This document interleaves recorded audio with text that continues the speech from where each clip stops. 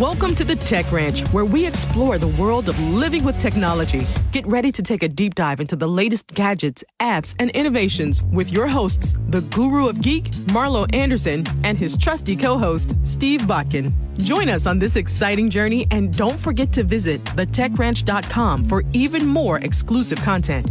Now, without further ado, let's welcome Marlo and Steve to the Tech Ranch. And welcome to the Tech Ranch, everybody. Your Guru of Geek, Marlo Anderson, right here. And across from me is Jim Silrum. We need a nickname for you. Yeah, I don't have one, but people called me Silly when I was growing up. You need a tech nickname. We should put your passions and skill set into ChatGPT and then ask it for 10 ideas for a nickname for Jim Silrum on the Tech Ranch, and then we can have that for you. I'm not sure if I would trust artificial intelligence to come up with a good nickname for me, Marlo. That would be scary. That's funny. That's funny. But anyway, you are now becoming a longtime friend of the show. You're on quite often, actually. I don't know that I'm a longtime friend, but I'm a frequent friend. Yeah, you're on quite a bit now, so that's fantastic. Anyway, we're going to be talking about the TikTok ban today. We are going to one of the latest scams that are going on is the use of photos of your house and maybe even yourself. So we're going to talk about that and what that means and all that good stuff. So you want to stay tuned for that. But I think probably the most fun we're going to be talking about today is the trip I was just on. Oh, okay. Yeah. And I know you probably have some questions about it. And actually, either one of us probably don't have the passion for what Alice and I just experienced. We should almost have Alice in here talking about the concert, right? But get her in. But you know how she feels about being on the air, so that is not going to happen. I have been married to that woman for a lot of years, and I've never got her in front of a mic. Is that right? Yeah, she just doesn't care for it. But I understand that. I guess there was a time I didn't care for it either, but you kind of get used to it. Mm-hmm. Anyways, we just we took a quick trip over to London and Paris. I don't know if there's such a thing as actually saying it was a quick trip, but I guess in the scope of things, being gone for 5.5 days or whatever it was is kind of a quick trip when you consider we went to London and Paris, there and back, and right. And but we went over for the ABBA concert. No, they're not touring. I was going to say, yeah. I mean, come on, Marlo, you got to help us out here. They played in the 70s. What's going on here? Yeah, and the 80s. I think, the first half of the 80s, they were pretty well known too, but certainly the 70s, that was their strongest decade.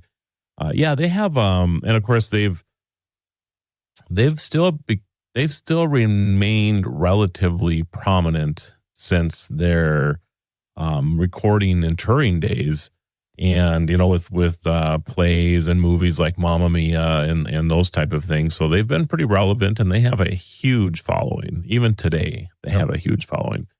And they decided to go in to a studio, much like you would do a video game, right? Okay. So if you're going to buy a basketball, like the NBA, I'm not a gamer anymore, so I apologize for everybody who is listening that is gamers, but I know that you can buy the NFL, this year's NFL football game and on whatever platform, and the NBA has that as well. So LeBron James goes into a studio, they put a body sensor on him. Basically, it's this suit, and then they have all these sensors, and he'll do layups, he'll do free throws, he'll dunk the ball, he'll do all these things.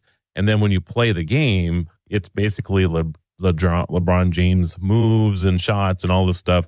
And that's how that works, right? So they did the same thing with ABBA. Okay.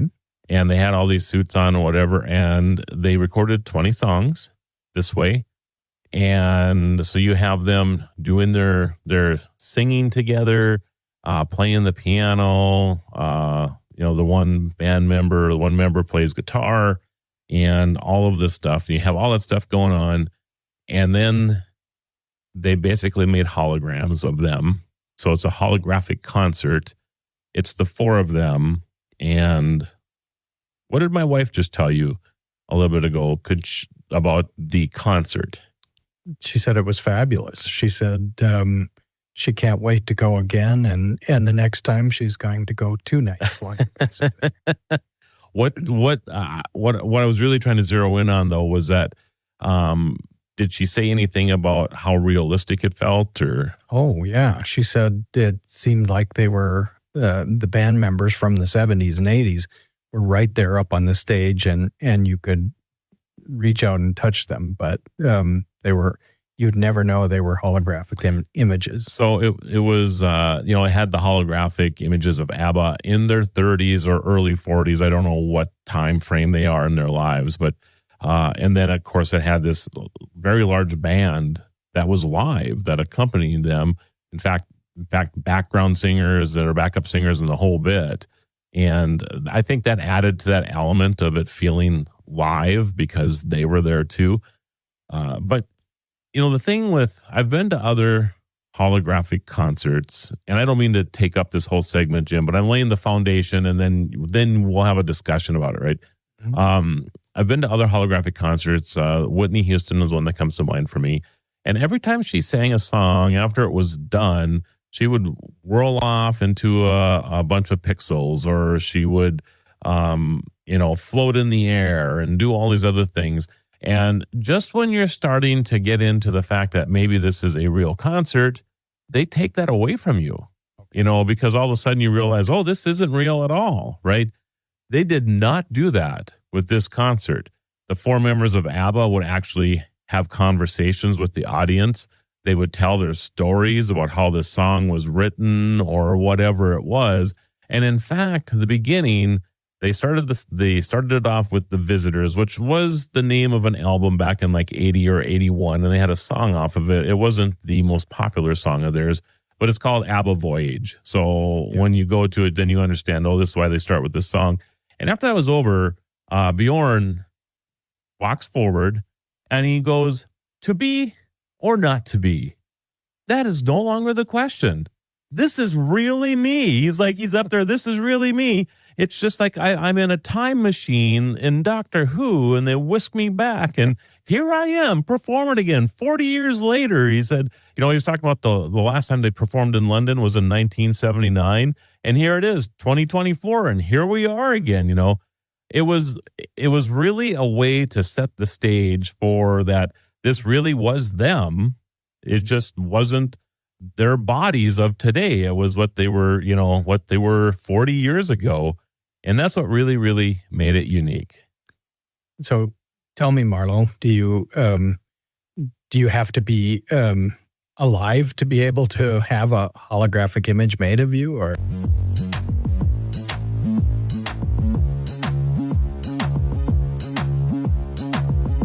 Welcome back to the Tech Ranch. Let's get back to discovering the latest in technology with the guru of geek, Marlo Anderson. And welcome back to the Tech Ranch, everybody. Unfortunately, we had to take a quick break. Jim was right in the middle of a question when I cut him off there. So what was your question, Jim?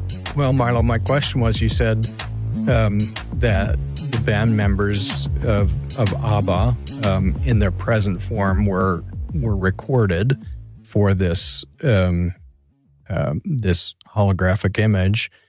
Do you need to be alive to have a holographic image created, or can they go off of old films and recordings from them from long ago?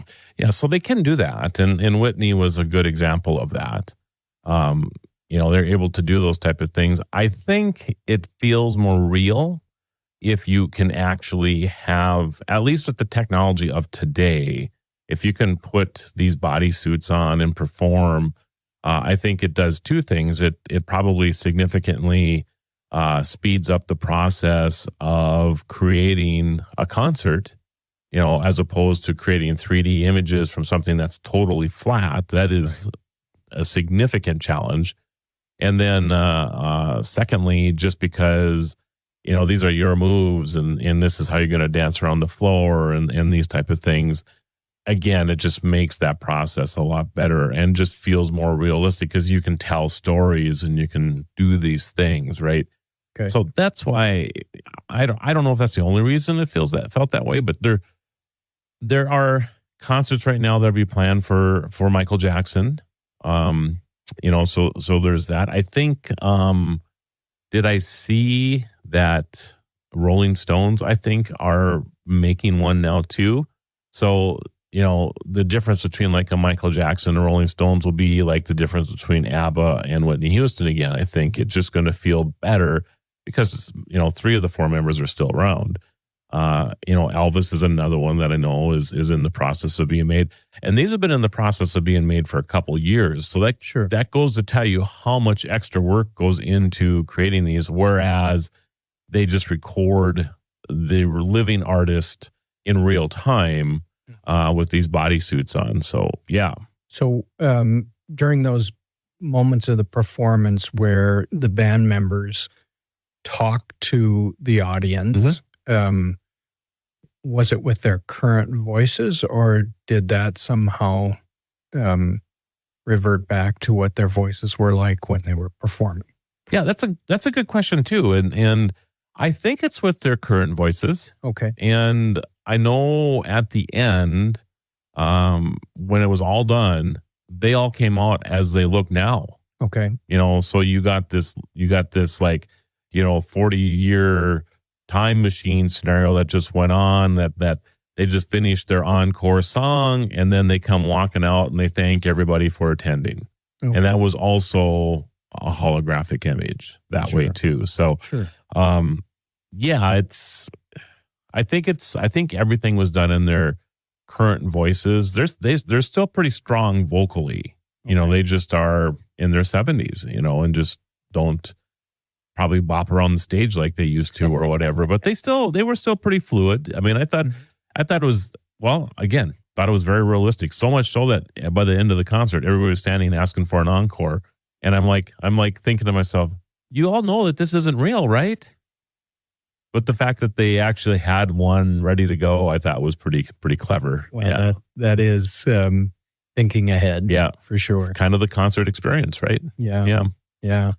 I've thought about that sort of thing a lot lately because, for example, myself, I'm a huge Eagles fan. Yeah, and I would love to see them in concert today. However, I know they're not like they were when I was in high school. They're not that band that was just emerging, that was doing great things, and so I'd kind of like to see what they were like when they were coming on, and that you could do with virtual reality, right? With holographic and and it is interesting, and I know that Steve and I have talked about this on occasion, even back when the Tech Ranch first started, this radio show, which is. It's hard to believe that's 11 years ago now, 11 and a half years of doing this now.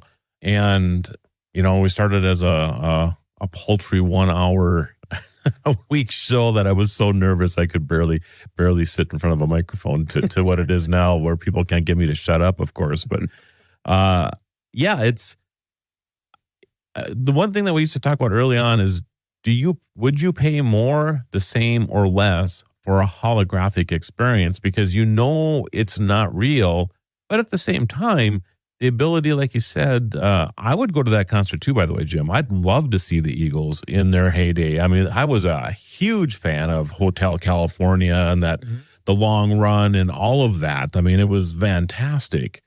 And I don't know. I mean, there's a limit. I don't know if I pay $1,000 to go to see the Eagles, but I would probably pay $250. Yeah. To see them, and maybe even travel a little bit to see them.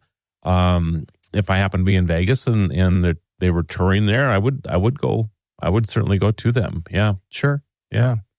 So how about you? I mean, how do you fall into that realm? Do you have a threshold for concerts? I mean, is like the $100 bill like the most you would pay, or is it dependent on how passionate you are about that group and all of that? Well, to be totally honest with you, Marlo, I'm really kind of cheap. So I'm not sure what a concert would have to be anymore to, for me to go. I don't remember what I paid, but back in the mid 70s, I got to see Kiss in concert when they were still fully painted, and Gene Simmons did all of the blood antics. Oh my goodness. His long tongue. And, that was a wonderful concert, but I'm sure I didn't pay even more than $25 to see that. I was going to say maybe even 10 would have been something like there were plenty of concerts that I didn't even pay $10 for back in those days. But yeah, it's things have changed a lot, of course, when it comes to concerts. But it's still, I mean, just the cost of putting on a show has just gone up with all the video and the effects now. There was hardly any of that, back in our day. Some, but not so much. So do you have, I mean, if what would be your maximum amount that you'd pay to go see the Eagles? Well, probably $100. Okay. I'm just being honest. I know people are out there laughing, going, "You can't do that." Yeah. Well, you probably can if you had a restricted view seat in the back. That's what I'm thinking you would end up willing with. to get a nosebleed. Yeah, exactly.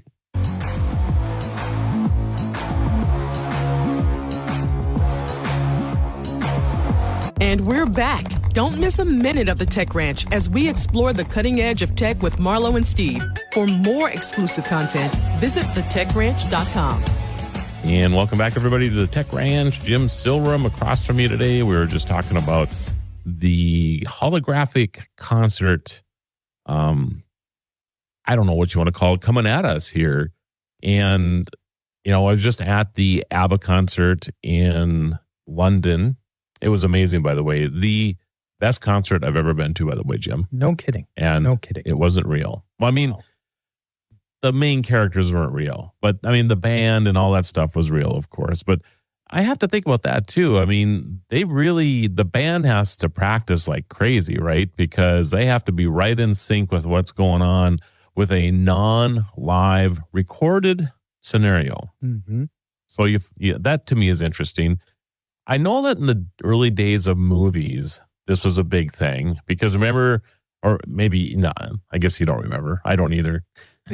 But I've seen footage of movie halls with silent movies that they would actually have like an orchestra or something right in front of the stage and they would all get a script and they would play along with music as you're watching the silent movie. Oh, I remember that well. I took a cinematography class in college. Okay. And during the silent movie era, my buddy and I, who don't play piano at all, got up on stage and just started pretending like we were playing to the music. And the professor really loved it because we were reenacting what really happened way back in the day, albeit. But I believe that they actually sent along the musical score for the movie, and then the orchestra or the piano player or whatever would play along with the movie to add that along.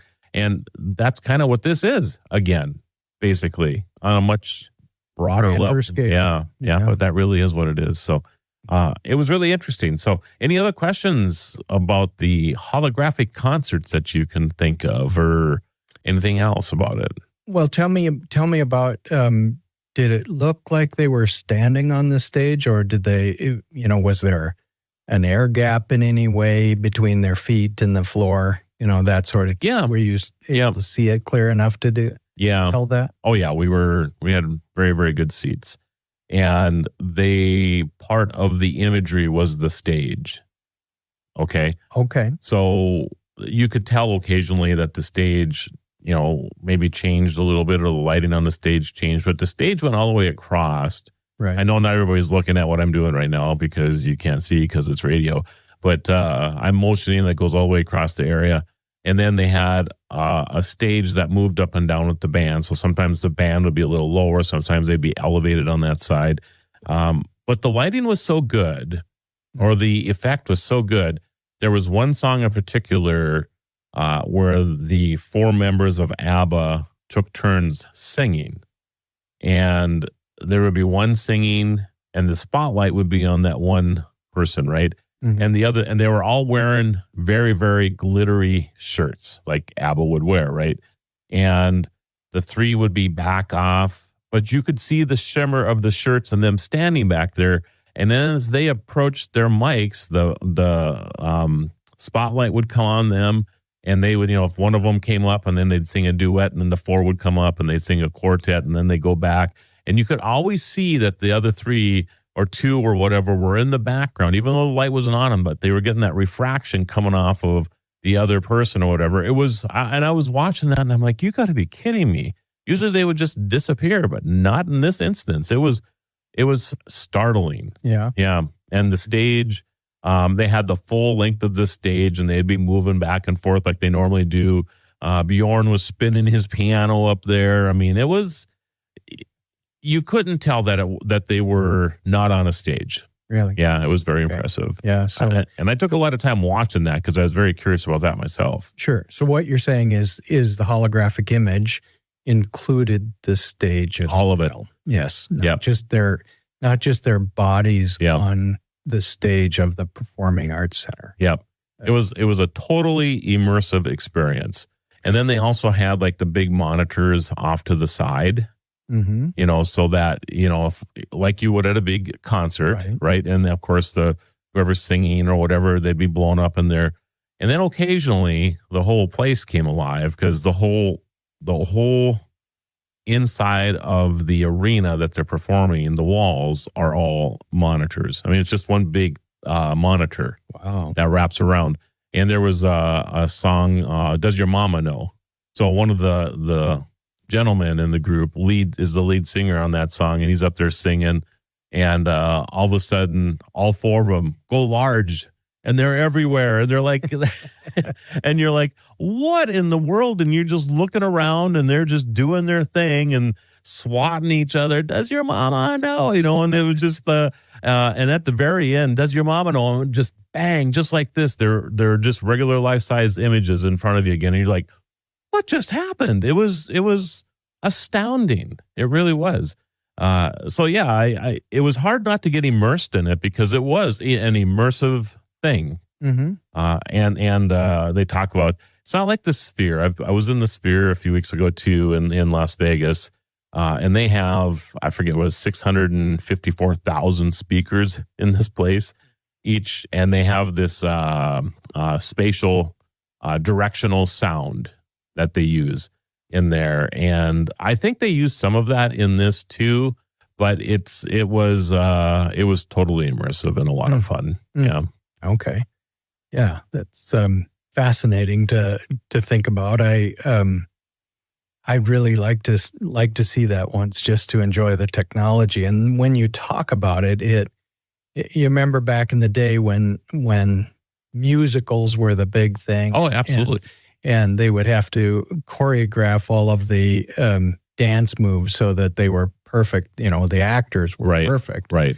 Well, now they've finally figured out a way that the tech people are the involved in choreographing the whole thing. That's interesting that you bring that up. I agree with you. That's a great analogy. So yeah, I would invite anybody actually to go to any of these. And I believe that this will become more normal, and it will be really interesting the first time they're able to take this as a traveling show, because I think that's coming next. Most of these are, in arenas or set for a very long period of time because the ability to move this technology is challenging, I think. I would imagine. Yeah, but there will be a day that they'll be able to take this stuff on the road. And so the next thing you know, Michael Jackson will be showing up here at the Bismarck Civic Center, and we'll be able to go watch that over there. And who knows what else this will be? I mean, will this move over to like plays and shows, that are, like when you go to New York to go to a show, for example, or Las Vegas, will it be real or will it be Memorex? It'll be For those of you that don't remember, that's an old tape read. That's correct. That's correct. So it's funny. So.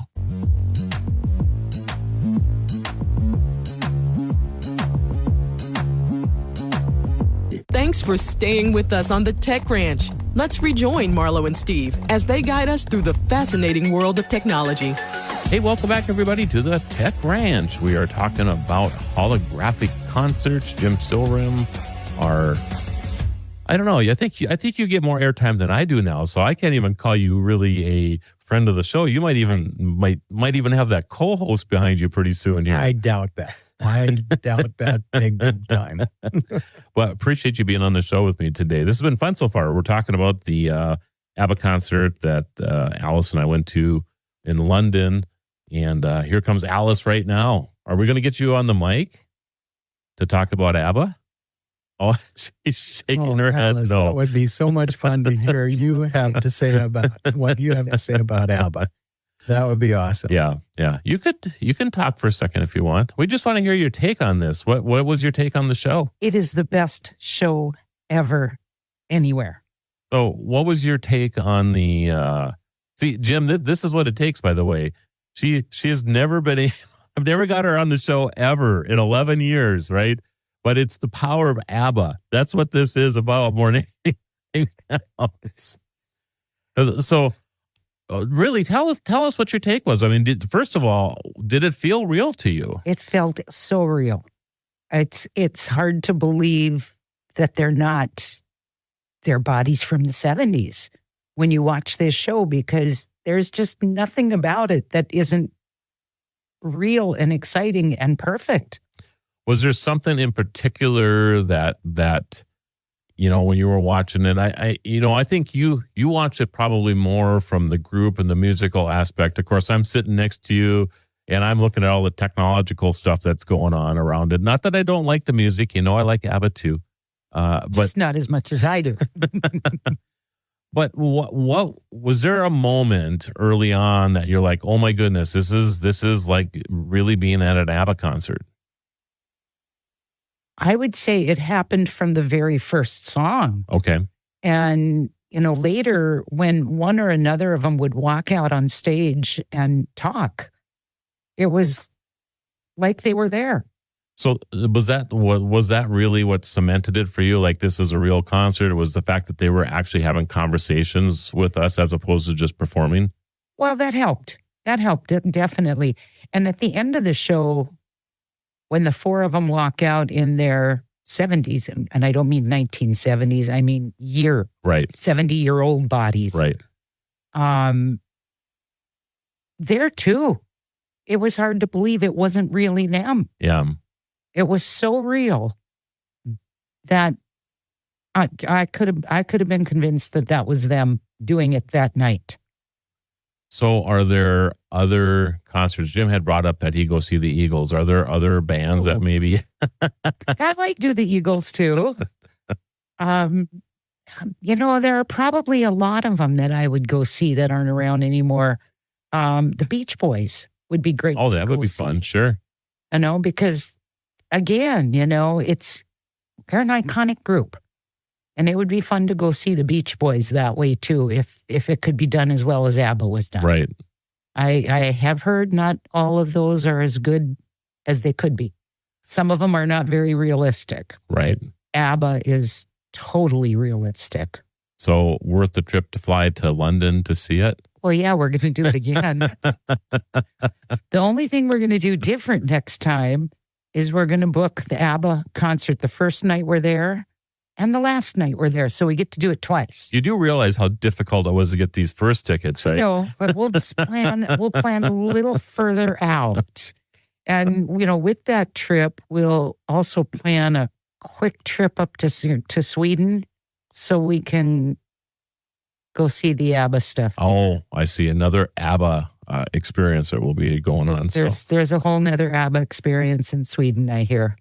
So is there anything else that you want to share about the concert that maybe we haven't touched on? I can't imagine. I mean, it is so good.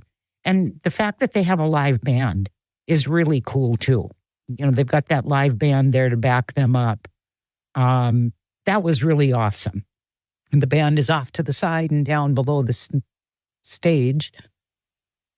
Now, she put her air quotes up when she said stage.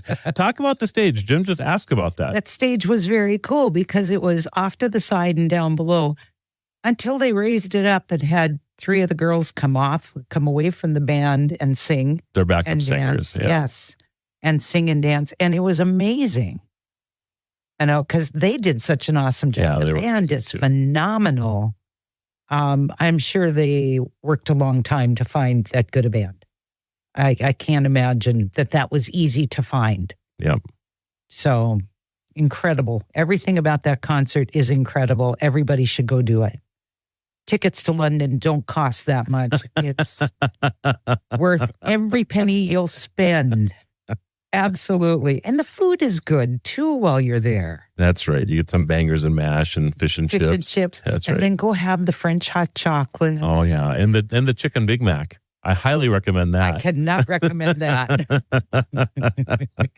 The chicken Big Mac is pretty awful. Yeah. Yeah, that one gets thumbs down. But everything else we saw and did and ate and everything else was amazing. A trip to London is fabulous. It's a beautiful, clean city. There's not even garbage on the ground. It is so clean. Yeah. Alice, have you ever been to a real live ABBA concert before? No. Compare it against? No, I never got to do that. Yeah. That I haven't been to. Okay. You watched them on television. Oh, right? a ton of times. Yeah. A ton of times. And yeah, but and on YouTube, of course, they're everywhere.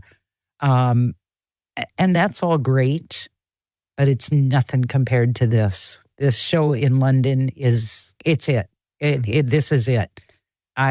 is the best show ever. Ever.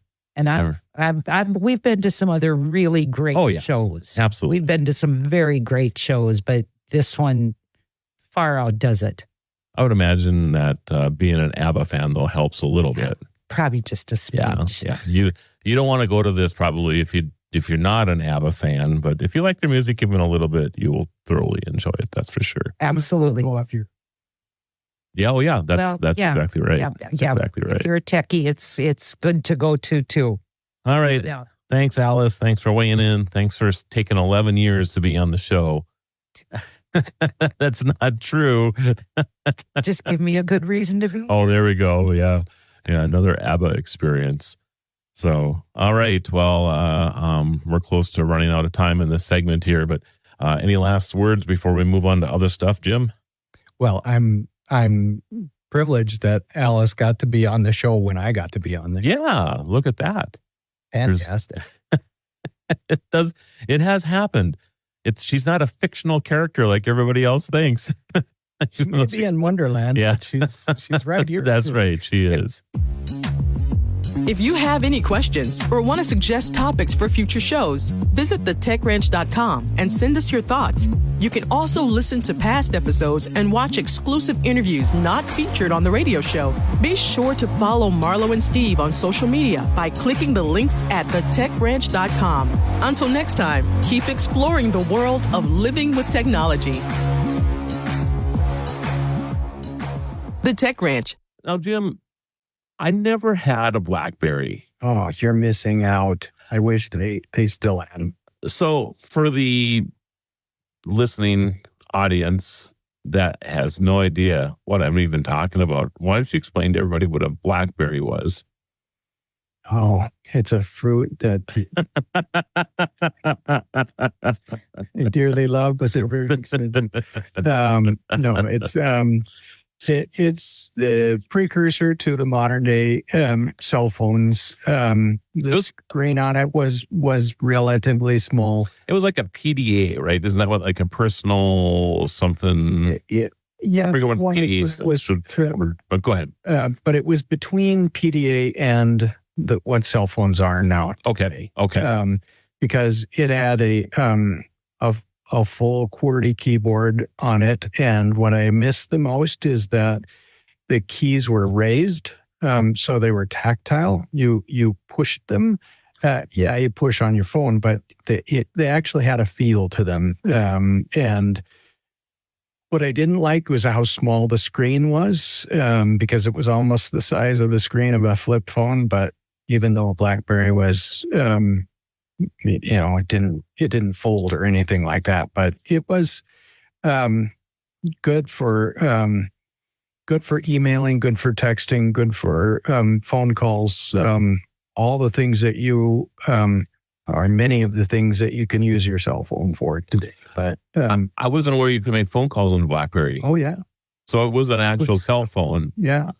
I thought it was a separate device, kind of like the pager back in the day, but just a modified pager. No, it was. Bad thing though is they went through batteries like crazy. So at least I always had a spare battery on me, because you could change it out and then be charging your other battery at the time because of how fast they would burn them out. Especially when you were in an area where cell coverage was not that great, because the BlackBerry was always searching for a signal, and that searching was just churning through. I see. The battery consumption. Was it easy to pop a battery in and out of these things? Yeah, it was just you just slid off the back, and the back itself was encased the battery, and so you plugged that in and you slid a new battery pack on, and it became the back of the BlackBerry. Was it an expensive device? It was no real difference than the other devices that were available at the time. No difference than a regular cell phone type of thing? No, not really. Okay. It's just, it was just what people chose, whether they wanted to go with a BlackBerry or what. And I think you'll remember when then President Obama came into office, he did not want to give up his BlackBerry. He did. But that was the time, that was about the time when we started to see smart devices really emerge, flat screens and whatever. So, yeah. Yeah. And there were security vulnerabilities with that, back then, too. Yep. So you miss it? You wish you had it back? Oh, I love the tactile QWERTY keyboard. I miss that. Yeah, and I would imagine it'd be fun to have that come back somehow or another, right? Yeah, for sure. Supertalk 1270. Welcome to September 21st on the National Day calendar. Today we're expressing heartfelt thanks and moving to the rhythm of joy. Gratitude has a powerful impact on our well-being, fostering happiness and a sense of connection. World Gratitude Day was established in 1965 by the United Nations Meditation Group to celebrate the benefits of gratitude globally. Whether you write a thank you note, share words of appreciation, or simply pause to acknowledge what you're grateful for, expressing gratitude can transform your outlook and enrich your relationships. So take a moment to express your thanks, because today is World Gratitude Day.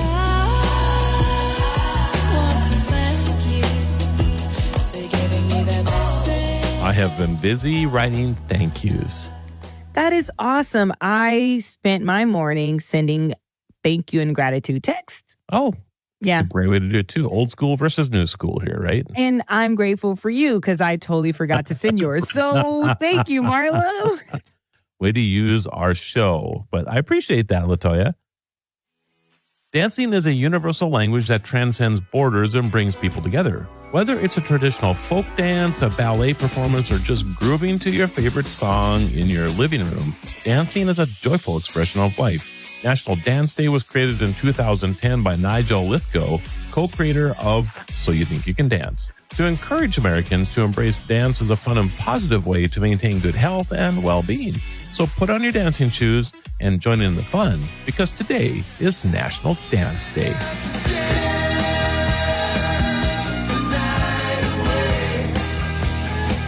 Is that why you're moving like that over there? See, I was going to make like a wonderful comment to you because when we did the episode for Dance Day, I thought you did a great job. What did we do? The limbo? No, we did the salsa. There we go. And you're a good waltzer, but I don't know what you're doing over there. Like, what is that move? Oh, that's the chicken dance. Okay. Okay. All right. Yes. You got it. Yeah. I'm Latoya Johnson. I'm Marlo Anderson. Thank you for joining us on our journey to celebrate every day. Until next time, keep celebrating. This is Outdoor Issues with Neil Roberts and North Dakota Game and Fish Outreach Biologist Greg KLXX. We talk a lot about aquatic nuisance species for spring and summer, Greg, but it's just as vital in the fall for hunting. Tell us some pointers here on what hunters should keep in mind. Specifically for waterfowl hunters, there's a lot of people that use watercraft to hunt waterfowl, and specifically non-residents, probably a little bit more than residents. But one thing too, it's that time of the year where there's a lot of docks, there's a lot of lifts that are coming out of the lake, there's a lot of pontoons that are coming out that have been in all season long. So make sure to inspect that gear and look on the North Dakota Game and Fish website. But specifically this week, hunters, you have to remove all aquatic plants and plant fragments from decoys, strings, anchors. There's a lot of ways that you can drag that stuff around. So inspect your waders, make sure and have a brush to brush your dog down. If you're using a boat out there, just like we would in the summer, make sure to remove all that vegetation off there as well. Good stuff, Greg. More on ANS when we come back. It's the largest Scandinavian festival in North America. The Norse Kustfest in Minot is upon us. It kicks off Wednesday, September 25th and runs through Saturday the 28th.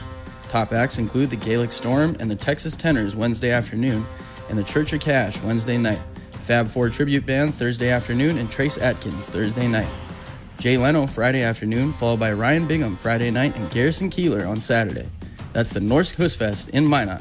Don't miss it. Not Stock, a live, hands-in, hands-on arts festival featuring talented artists from across the region. The event runs September 19th through the 21st. Check out art exhibits, music, poeming, theater fun, rock stock, culture stock, and more.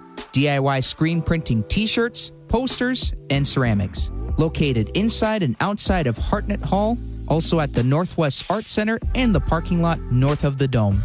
The event is free and open to the public. Talking ANS today on Outdoor Issues. And Greg, a lot of non-residents are coming in to hunt this fall as well. Some extra licensing, correct? Yeah, that's right. So if you're bringing a boat in from out of state, it's the same as spring and summer. The state law does require that motorized watercraft, including duck boats, operated on state waters, not licensed in North Dakota, display that aquatic nuisance sticker. And there is a $15 fee that can be paid. It's quick and easy to get on the Game and Fish Department website.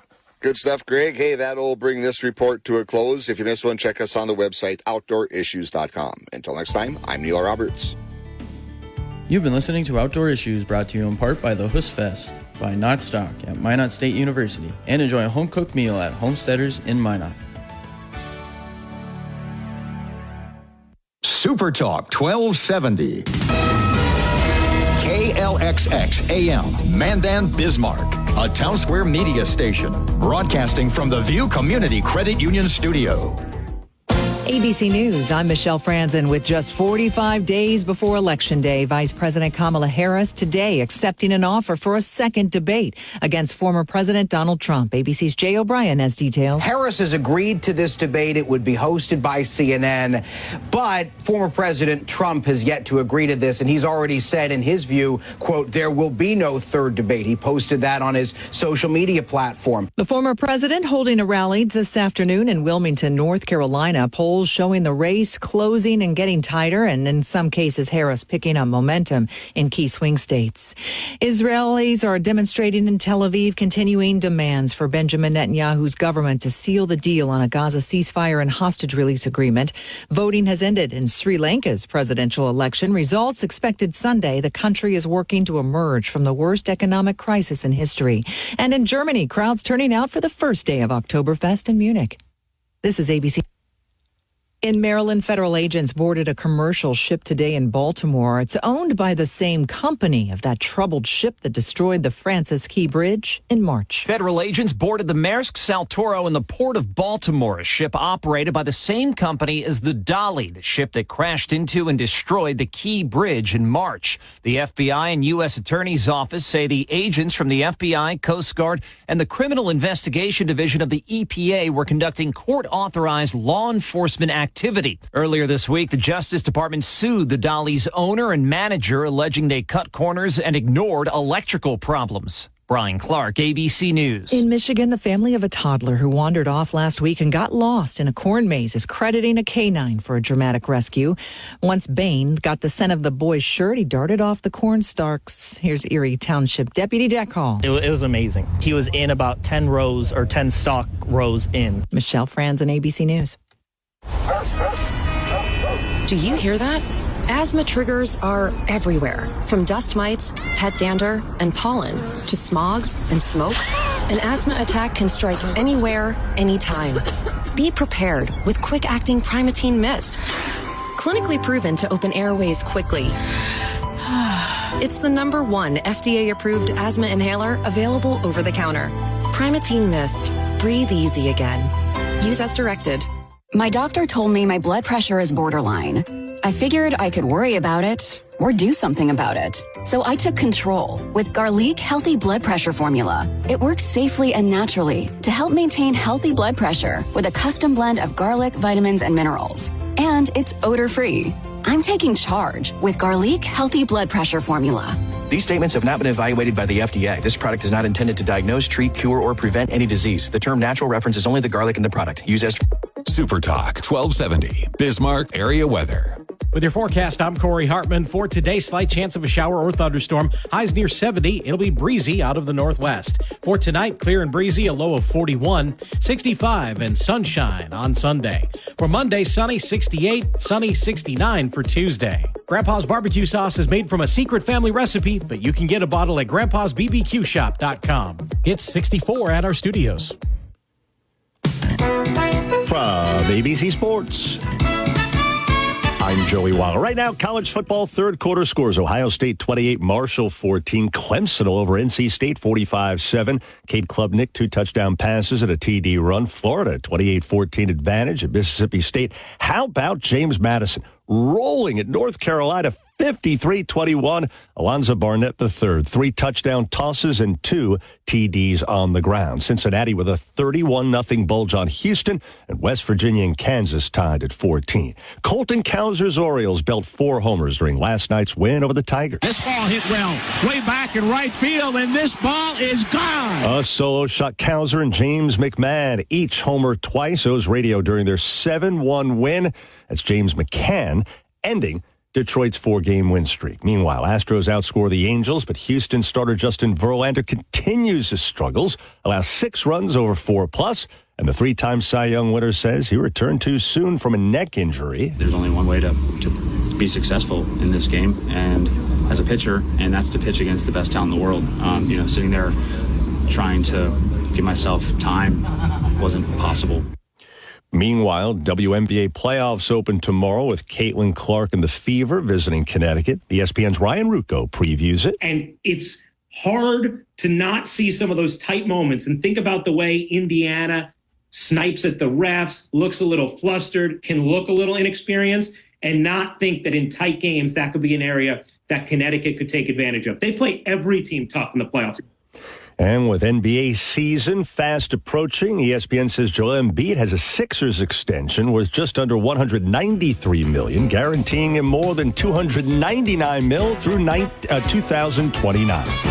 Offer not valid in all states or where prohibited by law. Loans are subject to lender approval. See website for details. Bills piling up? Rent due? Need cash help but have bad or no credit? Then you need to go to FastLoansAI.com, where you can get approved for a loan of up to $10,000 regardless of your credit score. FastLoansAI.com is one of the largest lender networks. Their advanced technology can help anyone get up to $10,000. Best part? Money can be in your bank account as fast as the same day. When you need fast cash, go to FastLoansAI.com. That's FastLoansAI.com. Offer not valid in all states or where prohibited by law. Loans are subject to lender approval. See website for details. Honey, the credit card bill came, and we're maxed out. Maxed out cards, rent is due. We just need some extra cash to help us get by. Maybe we should go to 27cash.com. With our bad credit, 27cash.com is one of the largest personal loan networks. They can help people with any type of credit get up to $5,000, and cash can hit our bank account as soon as tomorrow. When you need extra cash, go to 27cash.com. That's 27cash.com. 27cash.com.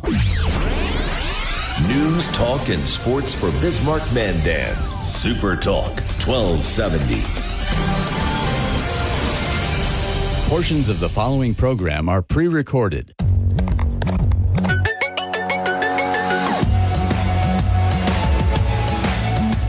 Welcome to the Tech Ranch, where we explore the world of living with technology. Get ready to take a deep dive into the latest gadgets, apps, and innovations with your hosts, the Guru of Geek, Marlo Anderson, and his trusty co-host, Steve Bakken.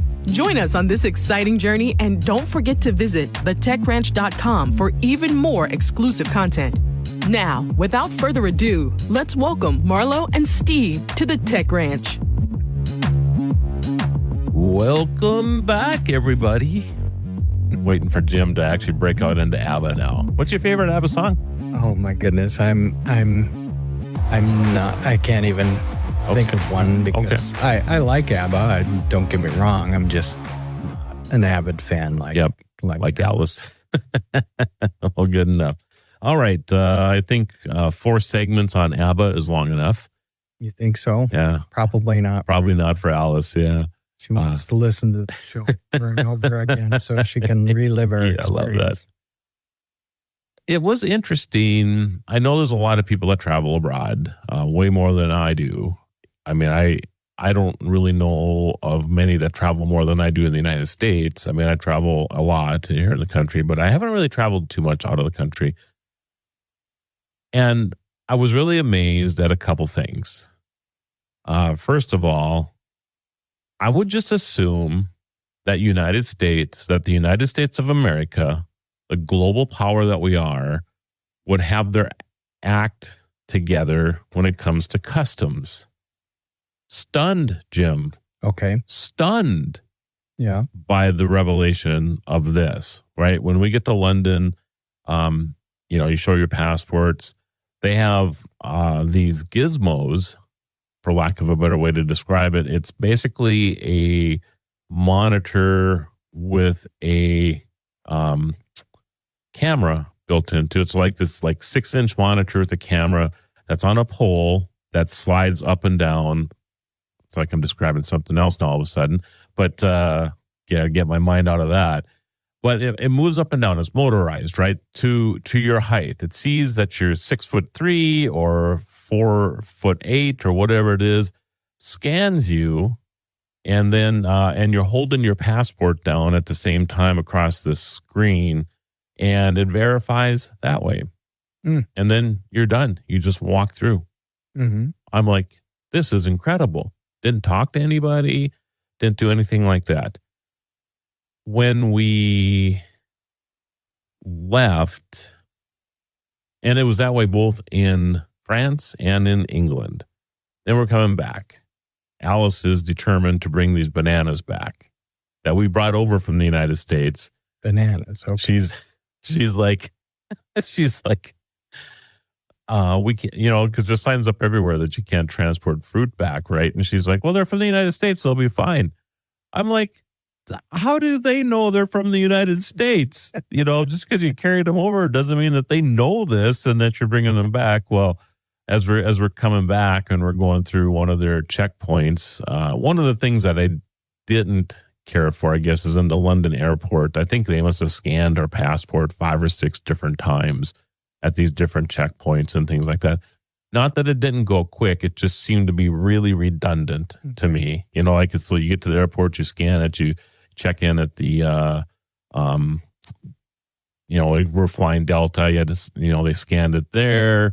Then when you get to your gate, in order to get into the gate area, it has to be scanned again. And you're just like, oh my goodness, this is crazy. You're already in a secured area and they're just doing it again and again and again.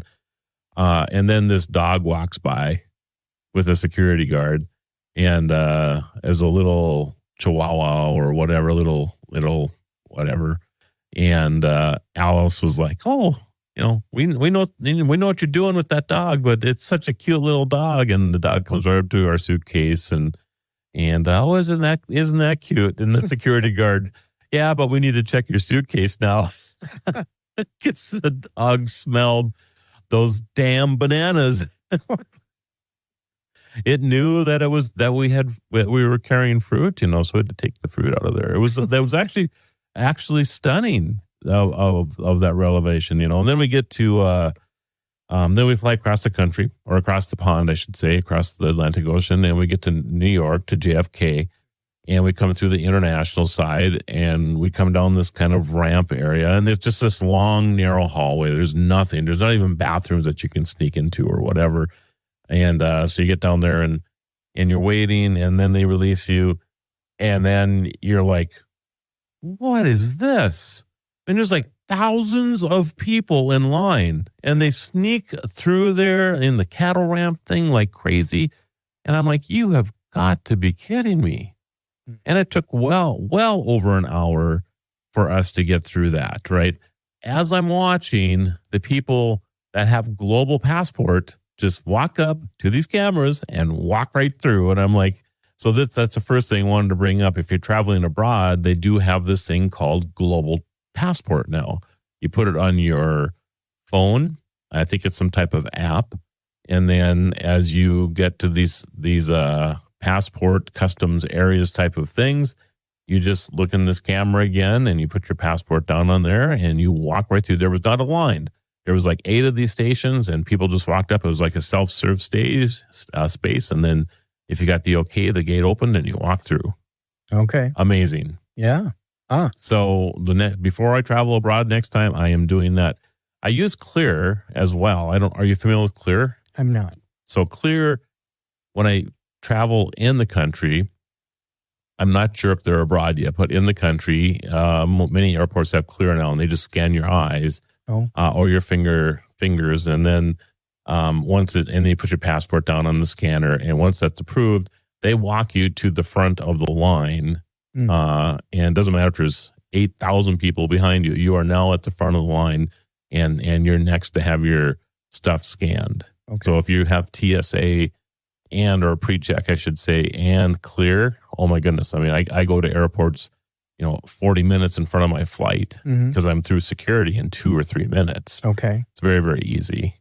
So is Clear expensive? It's like $150 a year, but you have to go through an additional layer of check, but it wasn't a big deal. Okay. And then TSA pre-check is still, it used to be $80. I think it's still $80 a year.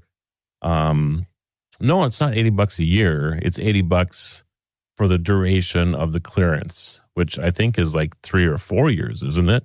Oh, it's something like that. Yeah. Yeah. Just all the flying I used to do was always out of Bismarck. And so, back in the day when I was flying, I just automatically got pushed up to, TSA. Right.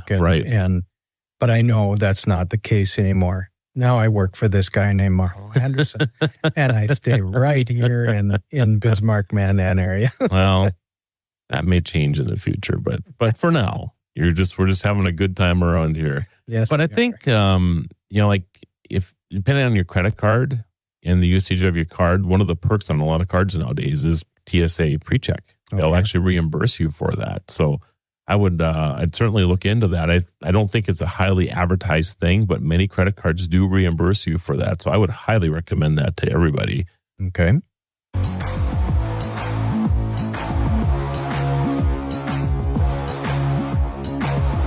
Thanks for staying with us on the Tech Ranch. Let's rejoin Marlo and Steve as they guide us through the fascinating world of technology.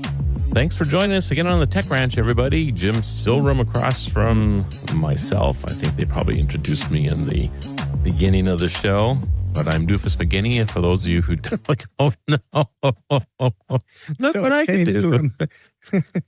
The guru of geek. That's right, the Doofus McGinney, my alter ego. Did I ever tell you this story about Doofus?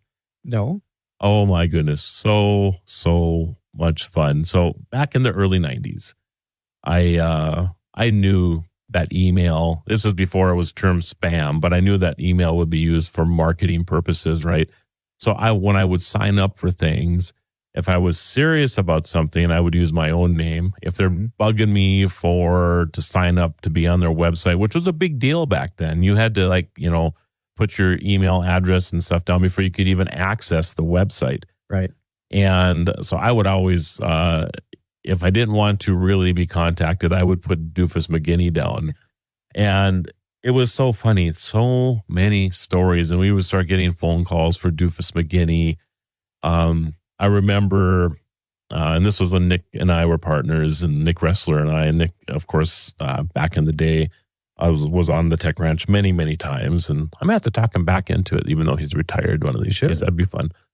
And anyway, we'd get these phone calls, and we'd mess with these marketers like crazy because most of them were scams anyway. Right.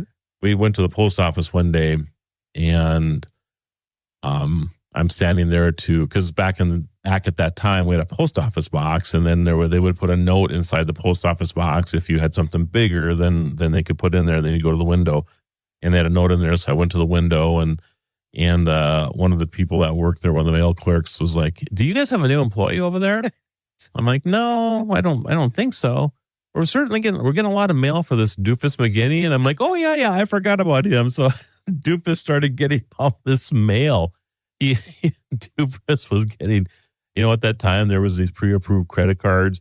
There's obviously a credit file on Doofus McGinney because these credit cards started showing up in his name and all of this stuff. It was just crazy.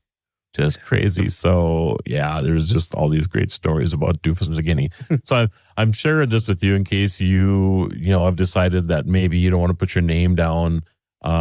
If you think you're going to get some spam from somebody or whatever marketing stuff, just have an alter ego, an online alter ego, your avatar that you can use. And that way, if somebody calls you and they ask for Jim and your name is Bob, you're like, oh, immediately 100% that this is a scam call. Then I already do that in terms of the fact that nobody really knows my real first name except for when they get it off of some sort of legal record or something like that. So whenever somebody calls me up and asks for my real first name, I always know to give them a bunch of crap because they're gonna they obviously don't know me because I go by Jim. Right. Yeah. Now you're gonna have everybody looking you up, Oh, that's okay. I don't mind telling people my first name is really Irwin. That's right. Yeah. And I was named after a good friend of my parents who I ultimately worked for when I was in college. And he was a professor at the college. And so I carry it as a badge of honor. Did your mother use Jim or Irwin? Well, growing up, my parents always called me James. But that was only because of my brother, who's 9 years older than me, said he did not want to have a brother named Irwin. Okay. So if your mother was upset with you, did Irwin come out occasionally? No, when my mother was upset, we really knew she was upset if all the other names of the kids would come out first. And sometimes if the dog's name came up, you were really in trouble, man. That's good. I love that. All right. So go ahead. Can we go back to the passport scanning? Yeah. In London. Yeah. Not that this is a political show at all, but do you think that has partially to do with the fact that the politics in the British Isles and on the continent are different than here, where it's much more accepting to have all those cameras everywhere and facial scans and all of that. Plus the fact that countries are so much smaller there than they are, the United States. You've got states that are larger than many of the countries. So I think you hit the nail on the head right there. The fact that it's so easy to go from England to France, for example, I'm just going to use that because it is. It's you just we hopped on the high-speed rail and we were from London to Paris in 2 hours. The train travels at 200 miles an hour at points. So you get there quickly. And I think countries, wanted to expedite that processing that goes on because you just have so many people that just move across borders. They're not unlike, we live in North Dakota. It's not unusual for Jim or I to run to Minnesota or to South Dakota or whatever, like everybody does, right? And if you had to have a passport every time you went across state lines, I guarantee you that our customs processes would be significantly better because the population as a whole would be screaming about it, but because the population here doesn't scream about it, I don't believe there's a lot of time or whatever effort spent on making that better. Sure. To the detriment of those people who are traveling here to visit our country. I think about the amount of lost time compared to dollars spent. If everybody in that airport was on the streets of New York an hour quicker, for example, does that mean there was one more coffee consumed by everybody that spent another $4 extra? And I that's how I think about this stuff. And I'm like, you have no idea how you're impacting the economy by all of us just standing here twiddling our thumbs.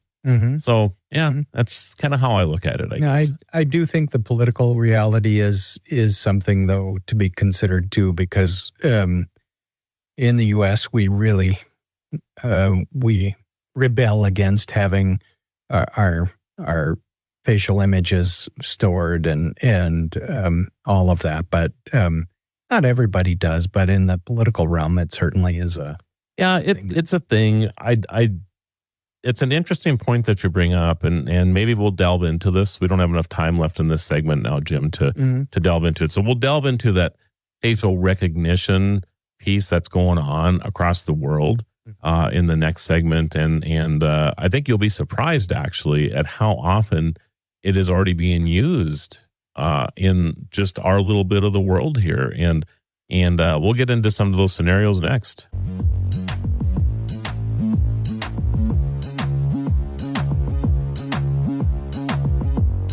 You're listening to The Tech Ranch, where technology comes alive. Let's dive back into the conversation with Marlo and Steve. And don't forget to check out thetechranch.com for more. And across from me, Jim Silverum, the former Deputy Secretary of State of the great state of North Dakota.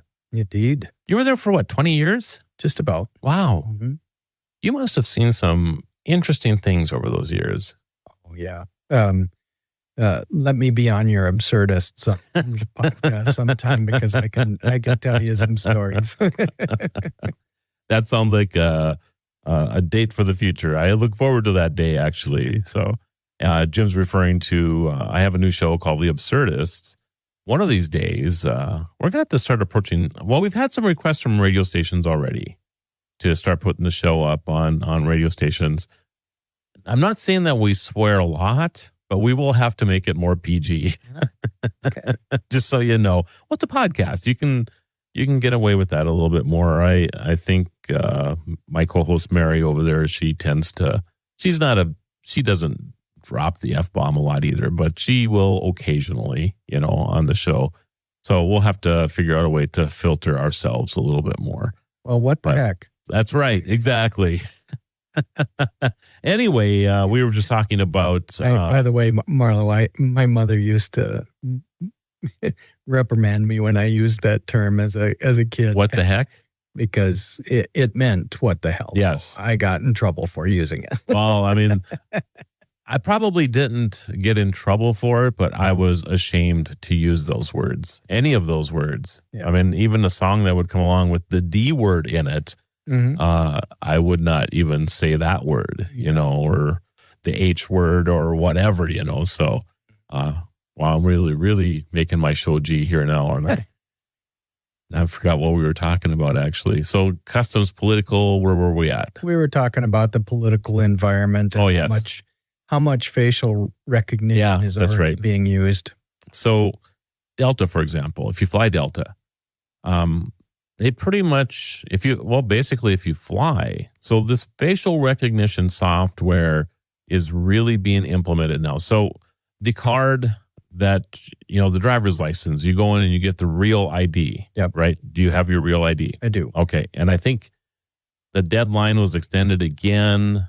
And of course, they say that this now will be the last time you have to have it by this such and such a time. I'm sure they'll probably extend it for another year. Who knows? They've done it for 4 or 5 years already. But if you have the real ID, part of that real ID is that your face goes into the facial recognition software system. Okay. And so I've noticed now that when I go through like airports, mostly larger airports, I don't think we do have it here. You do look into they don't use it all the time, but I think they're getting used to using it here in Bismarck area.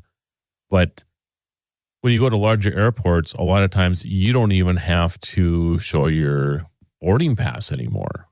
Okay. I mean, they track it all the way through. So when you check in for your security space, they'll have a camera right there, and you look at it, and your face will show up in the camera, and bang, if you get the clearance, you just walk right through. The person that normally would look at your credentials doesn't even look at your credentials anymore because you've passed that part of it. If you don't pass that, meaning that you don't have a real ID in place or whatever, then they'll look at your passport, or they'll look at your other ID and that type of thing. But it really speeds up that process. And again, I was loading onto a Delta plane the other day, and they had the same system there, and you just went up and walked or looked at it, and then it just sent you right on through, knew exactly where you were going. So they're tracking you all the way through. So then you take it a step further, and I'm only picking on airports now. So I'm in Miami. I'm at the Miami International Airport, or whatever it's called. And I land, and I forget where I was coming from and going to, but it was a connector. And as I'm walking through the airport, I'm looking at my phone, and the phone is now telling me that to take a left at the next place. And as I'm taking a left there, it's telling me now that I can take a right at the next corridor or whatever. So I dug into that a little bit. And what's happening is that Delta has cameras placed throughout the airport. And as you're traversing the airport, their app knows where you're at with facial recognition, because GPS doesn't work well inside those larger buildings. Otherwise they'd be using GPS, but then you can actually, it'll show you, like where their Sky Club is at if you're heading to the Sky Club or whatever. And that's how they're tracking you, is with facial recognition. Even though you're in a group of 50 or 100 or 200 people going on that corridor, they know that you're there. Now, let's be honest with your listening public here, Marlo. Because you travel so much, aren't you kind of like Norm walking into the Cheers restaurant in Boston? Marlo! Well, it's not so much the travel part as it is probably the National Day calendar stuff, but sure, it does happen occasionally. Do you feel weird about that, though, having cameras everywhere and tracking your every movement now? Certainly not as much as some people do. I think it's just a part of life, and so I don't have anything to hide. So why should I be concerned about whether I'm being tracked or not? It's not like they're going to find me at a strip club or someplace that I don't want to be. Sure. It's just. But the thing is if it's legal, then what? Yeah, can they at some time in the future? And I'll just pick on the strip club scenario, right? Let's say 15 years from now, you're running for office someplace, and somebody has access to, the fact that Jim was at a strip club, even though it was totally legal. Mm-hmm. Would that be something that, somebody finds offensive? And not saying whether we personally find it offensive or not, but it is something that somebody could use against you in the future, or the fact that, you're eating sandwiches with cheddar cheese, and my goodness, that cheddar cheese, that can't be very good for you. And 10 years from now or whatever, you're eating meat, mm-hmm. And I mean, these are all the things that people are able to find out about you more and more all the time. The fact of the matter is, though, Marlo, that sort of thing has been happening for a long time. Right. It just hasn't been with technology. It's been, oh, yeah, I saw him at that place, or sure, I saw him eating cheddar cheese, or, yeah, he pretends to be a vegan, but I saw him eating eggs. That sort of thing has happened for a long time. So do you think less of that rhetoric is out there now because these things are available, or do you think it actually adds fuel to that? I think there are some people who in this country really like their privacy so much that they get more upset about it, whether it's real or not. It's all a good point.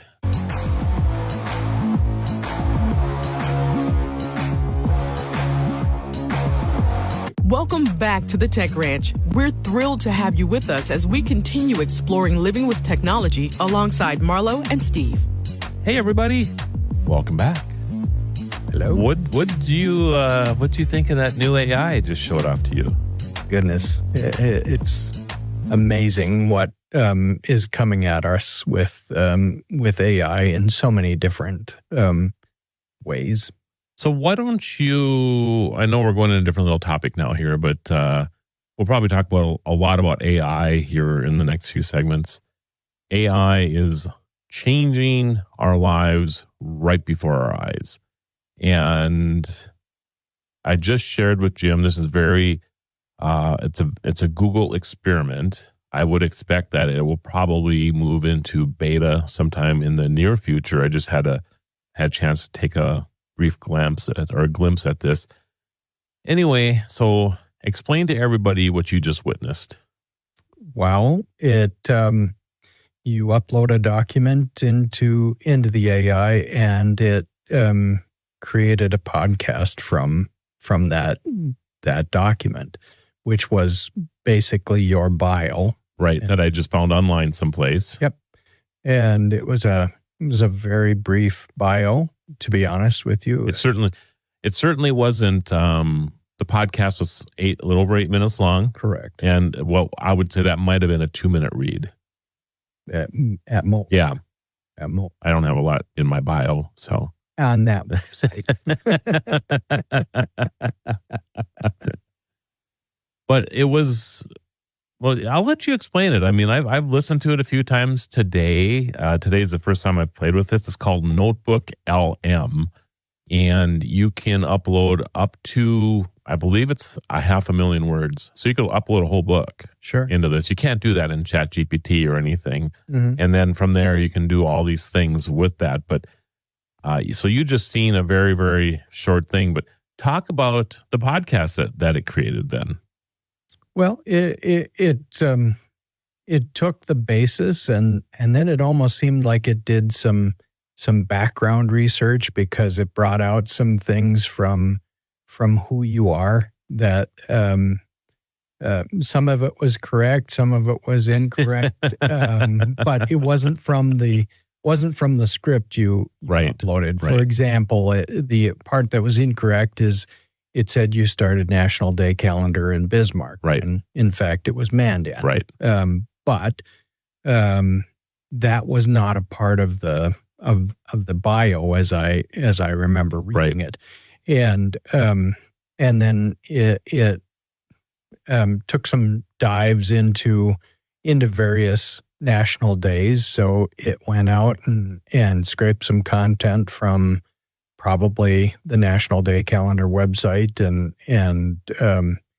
added it to a podcast, much like we're doing right now, with two voices. And there was a woman and there was a man having a conversation together, much like we are now, although it's two men. Yeah. Let me just be clear on that. This is two men talking to you here. But it was pretty cool. What else does Notebook LM do with that? So it could create like a lesson plan, for example. And I did that with Talk Like a Pirate Day, and just to see what it would do. And it actually came up with some questions and answers, came up with a glossary of terms, like what does ahoy actually mean, and R, and it had a matey, and it had actually a bunch of pirate terms in there with their descriptions to them. That was pretty impressive, actually, and I think the premise of this is the ability to take documents like PDFs, SimBooks, and whatever, and give you a summary of that document that you uploaded into it. And then, if you need help writing something, if you're, let's just pick on something. Let's pick on a topic around here, like I don't know why this just popped into my head, but the 7 people that were murdered in Turtle Lake in 1922 or whatever it was. Okay, I forget the name of the family. That's where my dad and my grandfather are buried as well. So every time I go up and visit their grave sites, I am reminded of this family. I think it was the largest murder ever in the state of North Dakota. Okay. And there's a lot of, they've never really truly solved the crime in a lot of people's eyes. There's a lot of rumors that are out there, but you could take all the different publications, all the different whatever, and start dropping them into this and it wouldn't matter if it was a large book, if it was a PDF, you could just start putting all the stuff in there and then let it try to come to a conclusion as to what it, with all these little pieces of information, and maybe it can put together what happened. Mm-hmm. I'm just kind of throwing that out there. That's probably what's possible with it, because now you're able to upload all these different pieces of information to put the puzzle together, so to speak. So I could see where somebody who's writing a book, for example, and wants to use something like this to, an investigative type of story or a book or whatever that you're putting together, that it would really, really expedite that process. Mm-hmm. I'm sure that's the case, but I can also see a lot of investigative journalists right now having upset stomachs by this conversation because no, it has to be the real work that you do to even the podcast piece of that, right? Yeah. Oh my goodness. I mean, we just would you say that they were stale to listen to, like it was two computer voices? No, they were not computer voices at all in any way, shape, or form. It sounded just like you and me having a nice time talking about something, right? Yeah, it did. They did have a couple of crutch words, but that's not unlike, I use the word so often, and I used to have just saying, I still have the swear jar on the studio thing here. Every time I say just saying, I'm supposed to drop money into this thing, and it actually has stopped my habit of saying just saying. You didn't know that existed, did you? Well, I saw the $5 bill in that jar, so there was more at one time. That's just seed money for the next time I say that, you see. I see. So do you take change from you? I think somebody has. There was, like I said, a lot more in there at one time. I believe I bought the office lunch one day with the money that was in there. It's just the podcast piece of that. And it took probably, I would say 3 or 4 minutes to generate it. Yeah, so it seemed a lot longer because we were watching it generate. Right. But if we had put a timer on it, yes, it would have gone quickly. And who knows, like any AI, there are busier times during the day and there are slower times. We're probably in a busy time right now. I would imagine, I'll see if I can get Chris to, maybe the next segment will be that. Oh, so hang on, everybody. You're going to hear this interview from basically this AI. Unfortunately, you're going to hear the missteps as well, but here it is. If you have any questions or want to suggest topics for future shows, visit thetechranch.com and send us your thoughts. You can also listen to past episodes and watch exclusive interviews not featured on the radio show. Be sure to follow Marlo and Steve on social media by clicking the links at thetechranch.com. Until next time, keep exploring the world of living with technology. The Tech Ranch. Supertalk 1270. This is Outdoor Issues with Neil Roberts and North Dakota Game and Fish outreach biologist Greg Gullickson. We talk a lot about aquatic nuisance species for spring and summer, Greg, but it's just as vital in the fall for hunting. Tell us some pointers here on what hunters should keep in mind. specifically for waterfowl hunters, there's a lot of people that use watercraft to hunt waterfowl, and specifically non-residents, probably a little bit more than residents. But one thing too, it's that time of the year where there's a lot of docks, there's a lot of lifts that are coming out of the lake, there's a lot of pontoons that are coming out that have been in all season long. So make sure to inspect that gear and look on the North Dakota Game and Fish website. But specifically this week, hunters, you have to remove all aquatic plants and plant fragments from decoys, strings, anchors. There's a lot of ways that you can drag that stuff around. So inspect your waders, make sure and have a brush to brush your dog down. If you're using a boat out there, just like we would in the summer, make sure to remove all that vegetation off there as well. Good stuff, Greg. More on ANS when we come back. It's the largest Scandinavian festival in North America. The Norse Kustfest in Minot is upon us. It kicks off Wednesday, September 25th and runs through Saturday the 28th. Top acts include the Gaelic Storm and the Texas Tenors Wednesday afternoon and the Church of Cash Wednesday night. Fab Four Tribute Band Thursday afternoon and Trace Atkins Thursday night. Jay Leno Friday afternoon, followed by Ryan Bingham Friday night and Garrison Keeler on Saturday. That's the Norse Kustfest in Minot. Don't miss it. Knotstock, a live, hands-in, hands-on arts festival featuring talented artists from across the region. The event runs September 19th through the 21st. Check out art exhibits, music, poeming, theater fun, rock stock, culture stock, and more. DIY screen printing t-shirts, posters, and ceramics. Located inside and outside of Hartnett Hall, also at the Northwest Art Center and the parking lot north of the Dome. The event is free and open to the public. Talking ANS today on outdoor issues. And Greg, a lot of non-residents are coming in to hunt this fall as well. Some extra licensing, correct?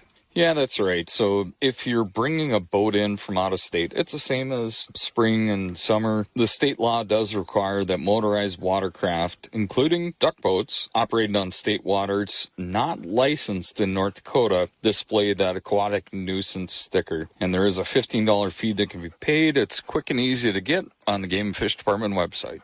Good stuff, Greg. Hey, that'll bring this report to a close. If you missed one, check us on the website, outdoorissues.com. Until next time, I'm Neil Roberts. You've been listening to Outdoor Issues, brought to you in part by the Husfest by Knotstock at Minot State University, and enjoy a home-cooked meal at Homesteaders in Minot. With today's RM World Travel Minute, I'm Mary Carey. Thanks for listening. My passport arrived last week. It was out for renewal, and I was glad to have it back. While it was out processing with the government, I was all too keenly aware that if I needed it to leave the country, I'd be out of luck. The freedom of being able to leave your country, enter another, and return at your convenience whenever you want is a global right, in my opinion. For years, the U.S. passport ranked at the top as most powerful in terms of access to the number of countries U.S. citizens could visit without requiring a visa. According to the annual Henley Passport Index, the leading authority of world passport rankings, the U.S. now ranks 8th in the world, allowing U.S. citizens visa-free access to 186 destinations. Singapore ranks first with 195. France, Germany, Italy, and Japan tie for second at 192. Other countries have caught up, which means people around the world are enjoying more travel freedoms than they've ever had in the past. And frankly, that's a great thing for tourism. And as always, you can find more travel info on our website at rmworldtravel.com. Until the next time, everyone, happy travels. Jim, did you have a bag phone like for your first cell phone? I did. So explain to everybody what a bag phone was for a cell phone. It almost looked like a regular landline, but it was in a bag and in your car, plugged in, and you would get a cell call because that's all they could do back then was take and receive calls, make and receive calls. And you would pick up a handset, and that was corded to the device, right? Yeah, so it wasn't even wireless at that point. No.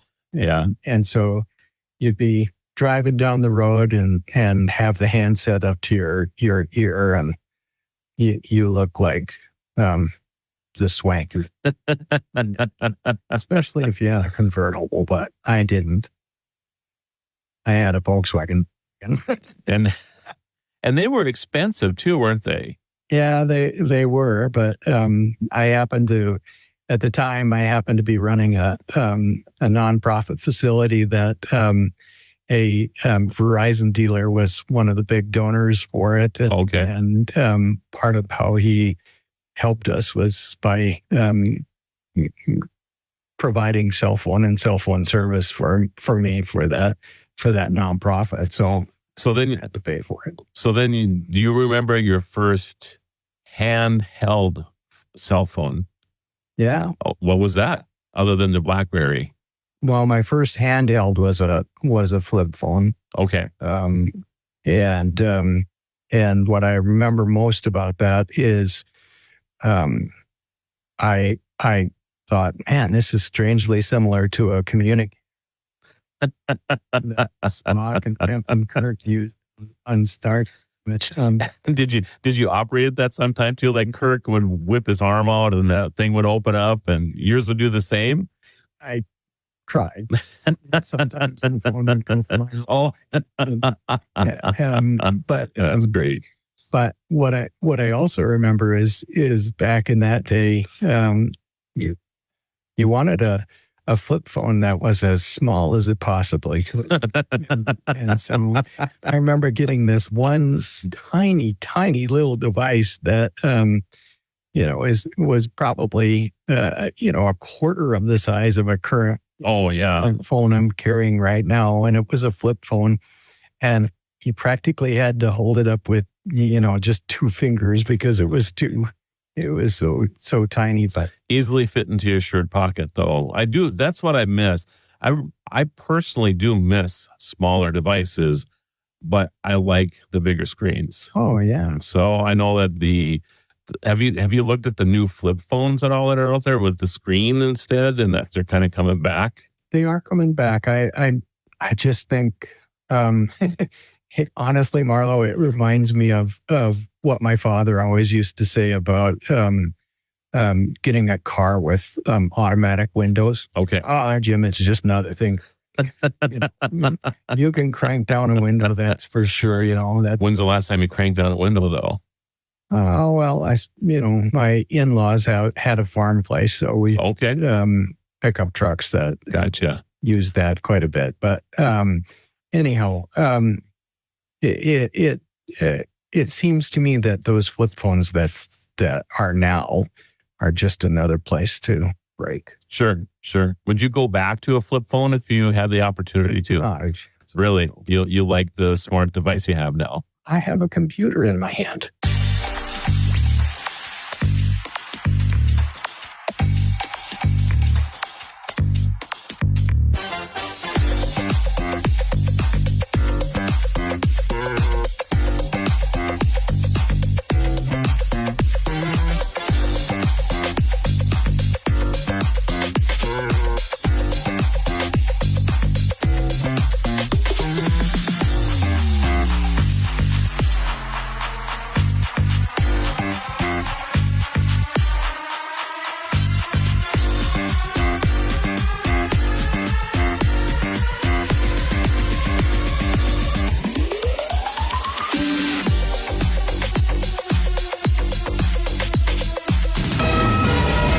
KLXX AM, Mandan, Bismarck, a town square media station, broadcasting from the View Community Credit Union studio.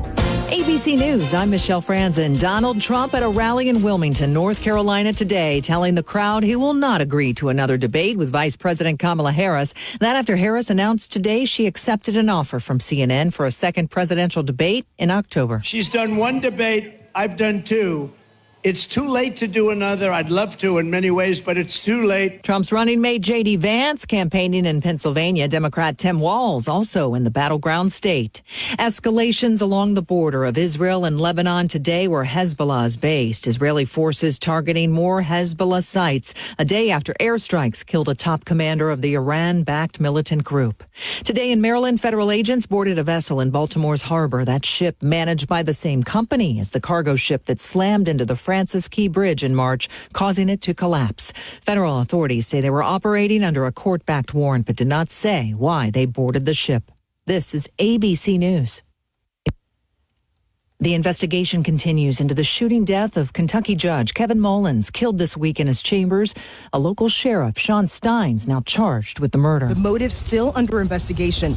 Steins and Mullins are no strangers to each other. The sheriff was a former bailiff in the judge's courtroom. But just 3 days before the shooting, Steins was deposed in a federal lawsuit. A former inmate accusing him of failing to adequately train and supervise a former deputy who sexually abused her in 2021 in the judge's chamber. The former deputy was sentenced in a criminal case earlier this year after he pleaded guilty to the sex crimes. The civil complaint does not allege the judge was aware or did anything wrong. ABC's Faith Abube. In Germany, Oktoberfest officially kicked off today. The mayor of Munich tapping into the first beer keg. Security this year stepped up in the wake of the August 9th attack in Solingen, northwest of Munich. I'm Michelle Franzen, ABC News. Do you hear that? Asthma triggers are everywhere, from dust mites, pet dander, and pollen, to smog and smoke. An asthma attack can strike anywhere, anytime. Be prepared with quick-acting Primatene Mist. Clinically proven to open airways quickly. It's the #1 FDA-approved asthma inhaler available over the counter. Primatene Mist. Breathe easy again. Use as directed. My doctor told me my blood pressure is borderline. I figured I could worry about it or do something about it. So I took control with Garlic Healthy Blood Pressure Formula. It works safely and naturally to help maintain healthy blood pressure with a custom blend of garlic, vitamins, and minerals. And it's odor-free. I'm taking charge with Garlic Healthy Blood Pressure Formula.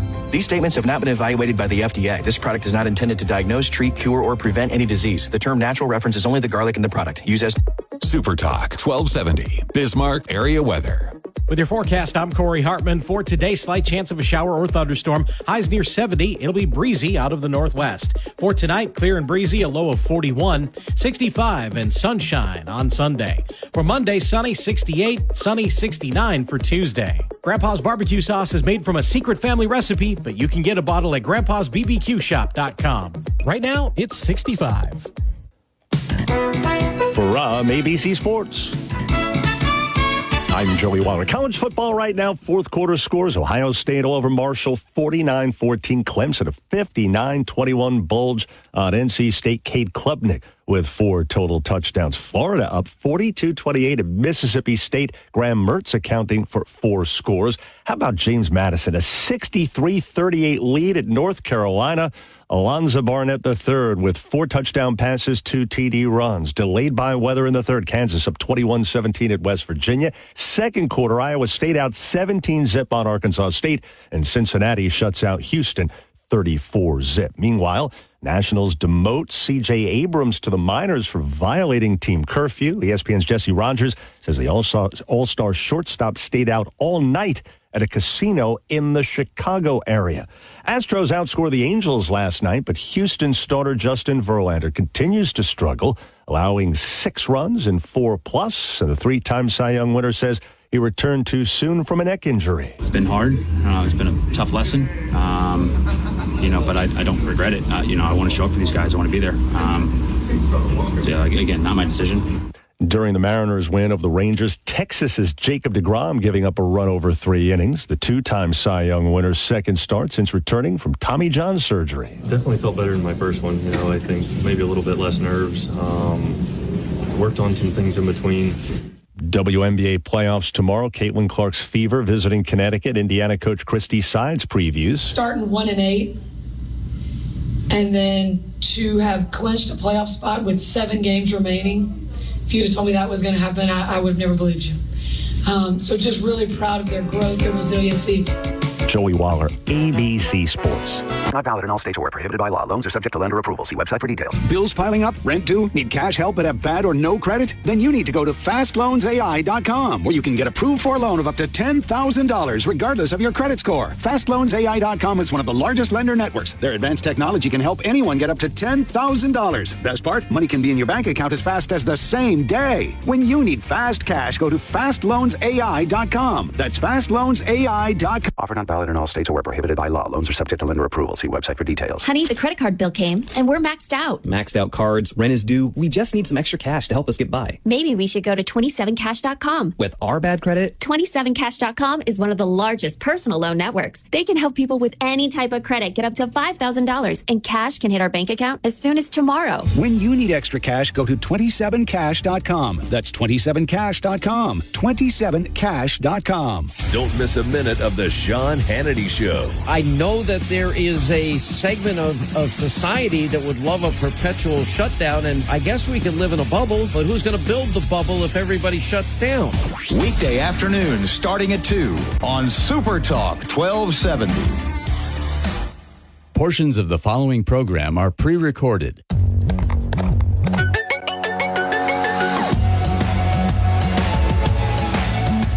Welcome to the Tech Ranch, where we explore the world of living with technology. Get ready to take a deep dive into the latest gadgets, apps, and innovations with your hosts, the Guru of Geek, Marlo Anderson, and his trusty co-host, Steve Bakken. Join us on this exciting journey, and don't forget to visit thetechranch.com for even more exclusive content. Now, without further ado, let's welcome Marlo and Steve to the Tech Ranch. And welcome back, everybody. We were just talking about this new AI put out by Google. It's experimental right now. It's called Notebook LM. And we're just introducing this piece. You're actually going to listen to this. So, Jim, what are they going to hear? Well, Marlo uploaded a small portion of his bio into this software. And it was probably at most a 2-minute read. And it converted it into a podcast where two very real-sounding voices had a conversation about you and your exploits with National Day Calendar. It was really impressive. Yeah, and actually, you're not going to hear the whole piece because it won't fit into the segment. But Chris is actually going to play that for you right now. And then we'll end this segment with that, and then we'll come back after the next break, and we'll talk about it a little bit more. So anyway, everybody, this is an actual AI podcast that was generated from my bio. Ever find yourself celebrating, like National Taco Day? Oh, yeah. Or maybe you're more of a bubble wrap appreciation day person? Right. Turns out there's a national day for almost anything, I feel like. Yeah, pretty much. You name it, there's a day for it. And National Day Calendar is often who we have to thank for that. It's true. I mean, for making us aware. Yeah. They've become the go-to source for all those, those celebration-worthy days. And their reach is pretty impressive when you think about it. Oh, yeah, for sure. They're everywhere. We're talking over 20,000 media outlets. Wow. That rely on them. Yeah. For those quirky little reminders, like, hey, it's National Donut Day. Exactly. I mean, they've got their finger on the pulse of like what people are into, So today we're going behind the scenes of this whole thing. It's kind of an unexpected phenomenon when you think about it, right? It really is, yeah. We've got a bunch of articles, interviews, including insights from the founder himself, Marlo Anderson. Oh, very cool. I'm excited to hear this. I think his journey will be full of those those aha moments that we often find in these deep dives. Oh, sure. Yeah, those are always fun. So one thing that stood out to me right away was Anderson describing, his path to creating National Day Calendar as anything but easy. No bad. He spent 2.5 years on research. Wow. 2.5 years before even launching. That's commitment right there. I mean, that's, you don't just stumble upon an idea and then spend 2.5 years, just like casually working on it. Yeah. No, that's dedication. Makes you wonder what he was like digging into during that time. Like, what does that even entail? Researching national days. Right, exactly. How do you even go about establishing a national day? Yeah. What are the rules? Yeah, what goes into that? Exactly. I don't know the answer. I'm excited to find out. Me too. So according to this interview I was reading, it involved a deep dive into like historical events, pop culture, all these different areas. Oh, wow.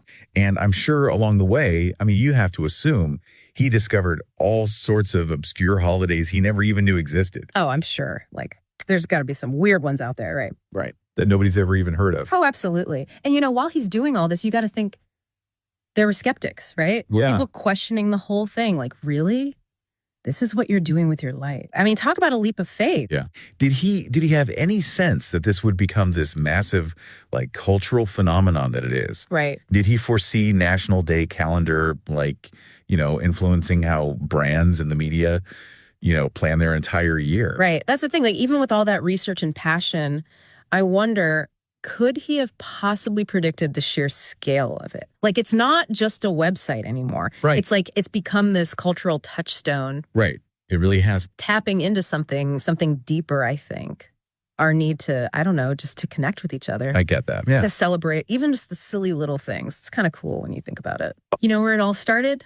Bismarck, North Dakota. Bismarck. Yeah, Bismarck, North Dakota. Okay. Not exactly known as a hub for, global trends. It's not the first place you think of Right. when you think internet sensations or anything. Exactly. But there it is. This website launched from Bismarck, and it's impacting, how people celebrate all over the world. It's amazing, though, when you think about it, right? It's pretty cool. Okay, so picture Anderson in those early days back in Bismarck. Okay. It's probably safe to assume he's hunched over a computer building this website, right? Yeah. Going through mountains of research. Oh, yeah. I can just picture tons of coffee, probably. Yeah, those early days of any startup, it's just you and your vision, right? Total. You're wearing all the hats, figuring it out as you go. Exactly. And now, fast forward to today, Anderson's traveling, speaking, sharing his story. Wow. He's got a team. He's embraced automation. I mean, it's like he's created the system, right? He's had to, right? As it grows, you've got to adapt. You have to learn to delegate, to trust other people with your vision. Yeah, it's that shift, right? From doing everything to, like you said, thinking bigger picture. Exactly. Exactly. Which brings us back to the reach that we talked about earlier, with those media outlets, right? It's crazy. And Anderson really wants people to understand the global impact of National Day calendar. Oh, yeah. Because, it's easy to dismiss it, to say, oh, it's just a bit of fun. Right. Just some silly holidays. But it's more than that, isn't it? It really has become a cultural phenomenon. I think so, yeah. You see brands like planning their whole marketing strategies around these days. Yeah. And the media, they know people love this stuff. Oh, yeah. They eat it up, So it's like, it's a part of how we experience the year now. It's kind of amazing when you consider it started as this personal project, I know, right? It just goes to show you the power of a good idea. It really does. It's like he tapped into something, I don't know, something universal. That desire to connect, right? To be a part of something. And the thing is, he's not stopping there. I mean, Anderson's already talking about future plans. Yeah. He's mentioned something about destination type experiential location. Destination type. Experience. Okay, like what does that even mean? I know, right? It's kind of hard to wrap your head around. It's Yeah. like he's taking this whole National Day calendar thing Yeah. and like bringing it to life Oh, okay. in like a physical space. It's like experiences, events, that sort of thing. Yeah, exactly. Like maybe even imagine like, I don't know, a theme park Oh, wow. dedicated to celebrating, well, everything. I mean, that's what National Day calendar is, right? That's wild. Could you imagine like a National Ice Cream Day Festival? Ah, stop it. Like with a Ferris wheel made of waffle cones. See, now I'm going to be thinking about that all day. I know, right? But you see what I mean? The possibilities are kind of endless and exciting. Yeah, for sure. It speaks to his like that drive to keep things fresh and new. Totally. To find new ways to like get people engaged and, celebrating things. What I think is so cool about all of this whole story is it reminds you that something as simple as like a day for tacos Right. or bubble wrap Right. Exactly. could have this huge ripple effect. It's true. It's like it's more than just a day on a calendar at this point. Way more. Yeah. It's about, like you've been saying, it's about connecting and just finding the joy, the fun, especially in today's world, which can feel kind of. Oh, absolutely. Yeah.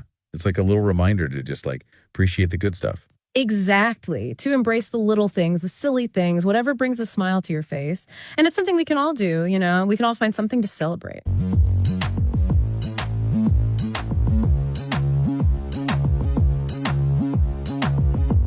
And we're back with the Tech Ranch. Get ready for more amazing tech insights from the guru of geek, Marlo Anderson.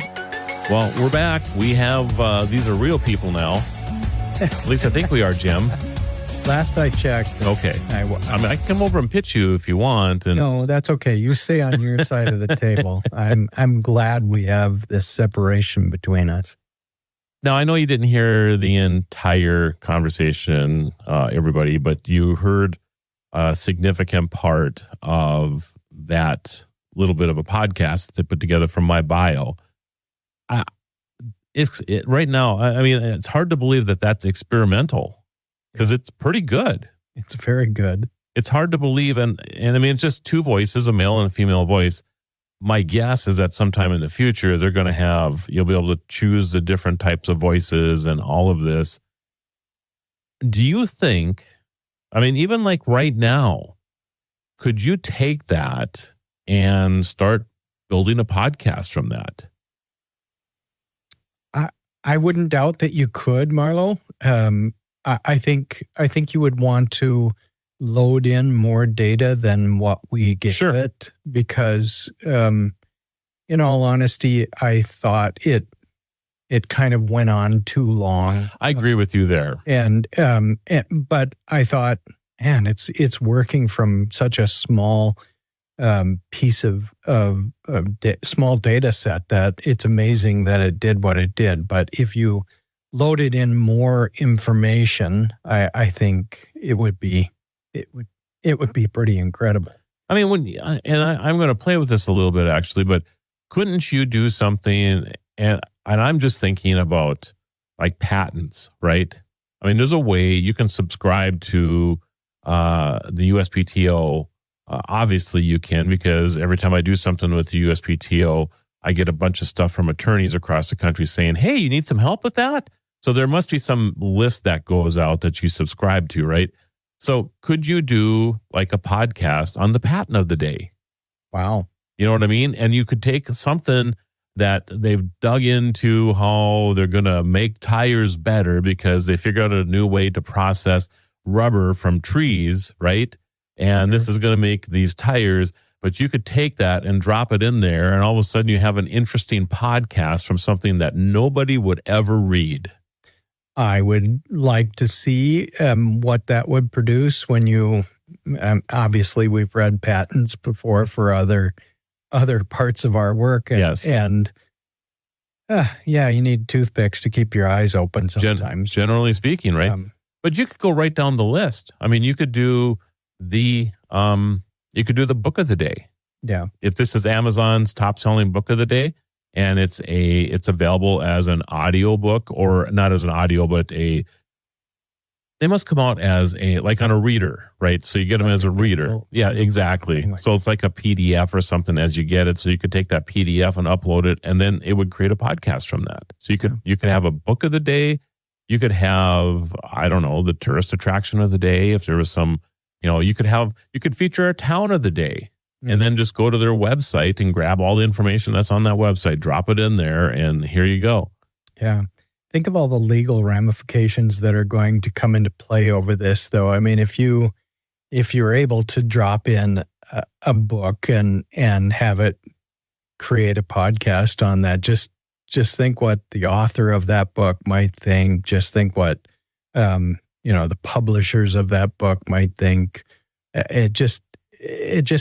It seems to scream to me that legal is somehow going to get involved with this, and so we've got things to cover before we're ever really there.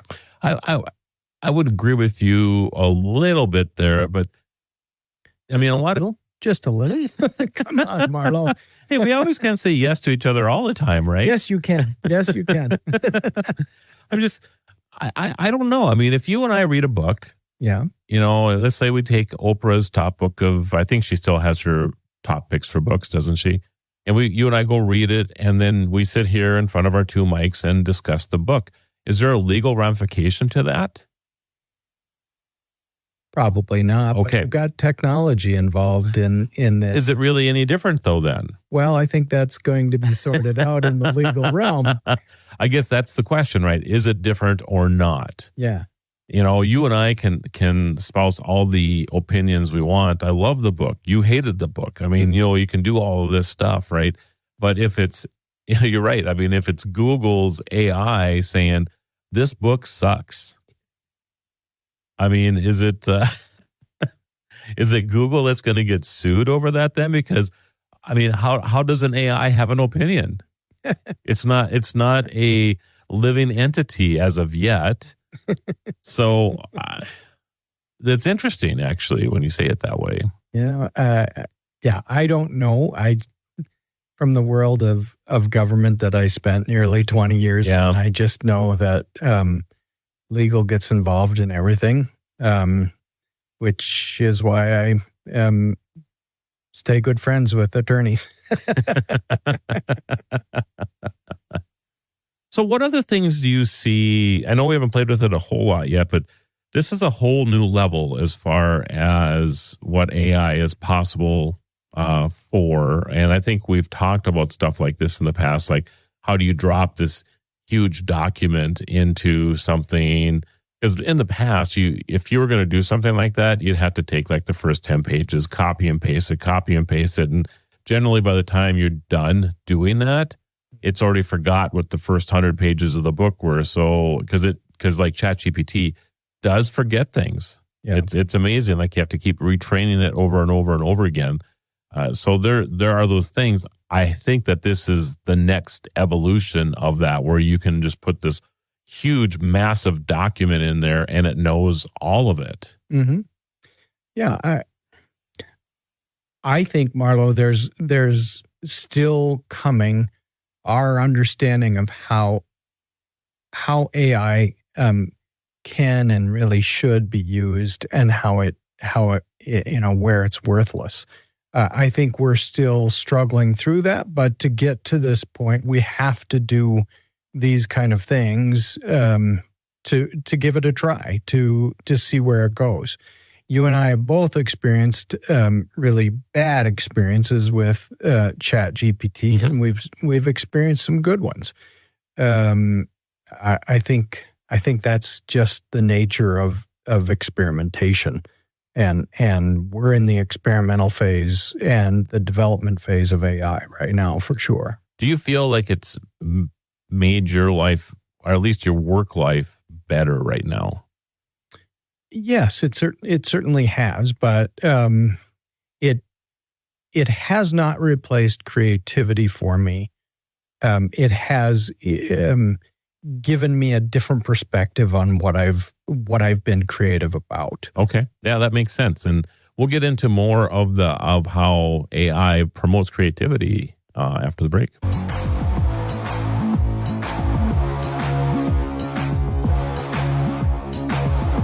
You've returned to the Tech Ranch, where technology is our passion. Let's jump back into the conversation with Marlo and Steve. And we're talking about artificial intelligence, and we're going to get into probably how it benefits us more than it doesn't right now. I think overall, Jim, that AI really benefits mankind. Huge. We can certainly get into the doomsday scenarios, which there are plenty of. And I think a lot of it in this early age of artificial intelligence is possible. A misstep here or whatever could really, really be dangerous. But I think once we understand it, then that part kind of goes away. It's always kind of there, but I think about nuclear, for example. I'm not the most comfortable when I start thinking about nuclear bombs and all this other stuff and, the capability of that. But at the same time, that same technology has been harnessed and provides power to much of the world. Mm-hmm. So, it's probably not the best example, but it's the best I can come up with right off the top of my head here. Oh, sure. And I think most of us in society fail to recognize all the ways that AI is already being utilized. But all I need to do is look at my spam filter on my email accounts, and I go, oh yeah, it's working there too, because it has determined that these are spam. And they may or may not be, but by and large, they really are. I think this is the one thing that I find fascinating for me with artificial intelligence, working with the ChatGPT or whatever. And then that is brainstorming. Yep. Above all else, and when I say that, because I use it a lot, as you know, above all else, that is what I love the best. One of my most favorite things to do in the world is to brainstorm with you. I love going to coffee. We sit down, we talk through things. You're very mild-mannered, and I'm this person who has a million ideas a minute, so you bring things to light that I would never think of or whatever, but I appreciate that, right? And I feel kind of the same way about ChatGPT in that regard. I can sit in the car, I can be driving someplace, I can actually, I don't know if you knew this, everybody, but you can actually converse with ChatGPT now. You can talk to it just like Jim and I are talking right now. And as a result of that, you can talk through things. Sure. And, artificial intelligence doesn't really have emotion. So it just matter-of-factly tells you things. And I have never been more creative than I am right now. Okay. Because of it. I mean, I do these, and I think people who follow me on Facebook, I'll post a poem or something occasionally. I just did one about the smoke in North Dakota. And I thought it was clever. I was surprised that it didn't, so it's always amazing to me what kind of goes viral and what doesn't. That one didn't do so well. My poem and my movie poster in the winter when we had that ice storm was much more significant and maybe a little more fun. But the thing is that, I always get accused of using artificial intelligence. Well, okay. Yes, I did, but the idea didn't come from AI. Right. It came from my head. And I said, this is interesting. What can we do with this? I'd like to write a poem about the smoke in North Dakota. Sure. And then I give it a little information. And then I always ask, what other information do you need from me? And then it'll say, I need this. And I'm like, oh yeah, that's interesting. This is how I would expand on this. And you read through it and you're like, I don't like this, the first draft that it comes at with you. And you're like, yeah, this is good. This isn't so good. Let's do this instead and blah, blah, blah. And, instead of taking 3 hours to write it, the two of us, right? ChatGPT and myself do it in 30 minutes. Sure. And it's at the best of me because of that. So that's what I like about it. What about you? What kind of experiences have you had that really help you or have made you better? Well, I often think when I'm writing a document, whether that be an article, whether that be whatever, I will then upload what I've written into ChatGPT and then ask it to analyze it, look for better ways of communicating something, that sort of thing, and then it comes back with options for me. And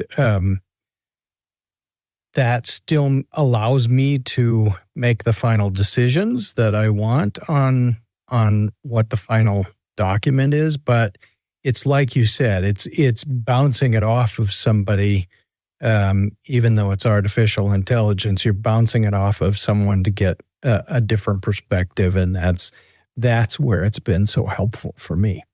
I have a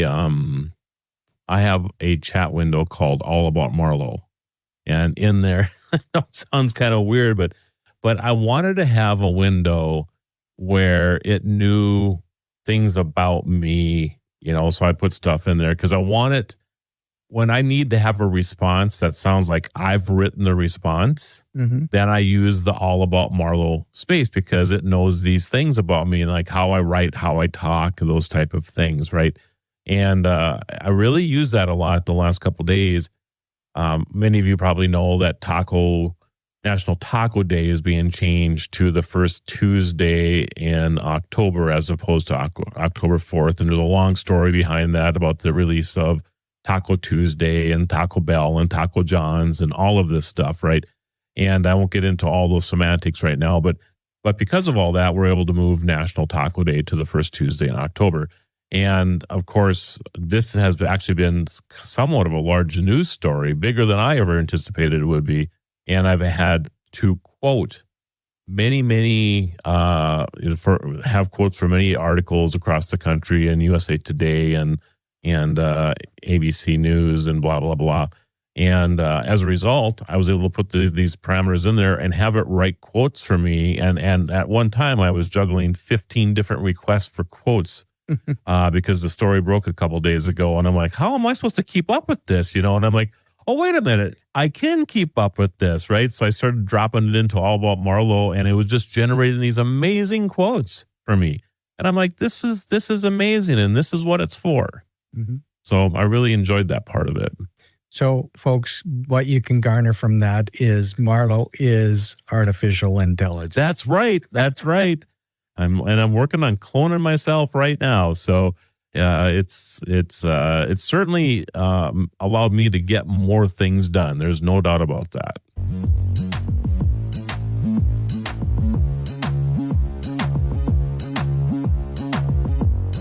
Welcome back to the Tech Ranch. Let's get back to discovering the latest in technology with the guru of geek, Marlo Anderson. So we're going to take a little bit of a divergence, I guess, as Jim said over the break. Anyway, Jim Silverum, my co-host for the day, taking Steve's place. It's been great having you on the show for the entire time. It's been fun. So you just ran into something in the news that I knew nothing about. But it's fascinating. So why don't you explain to everybody, and maybe a lot of people I'm sure have heard about this too, but we'll dive into this a little bit. Sure.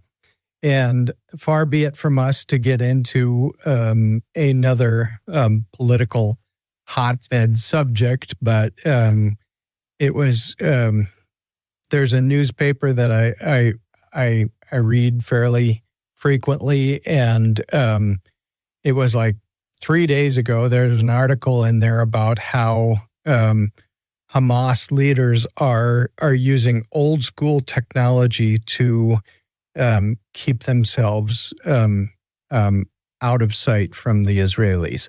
And so they're using they were using pagers and they were using walkie-talkies, that sort of thing, as opposed to cell phones and gotcha. Like. So things that they couldn't be tracked with.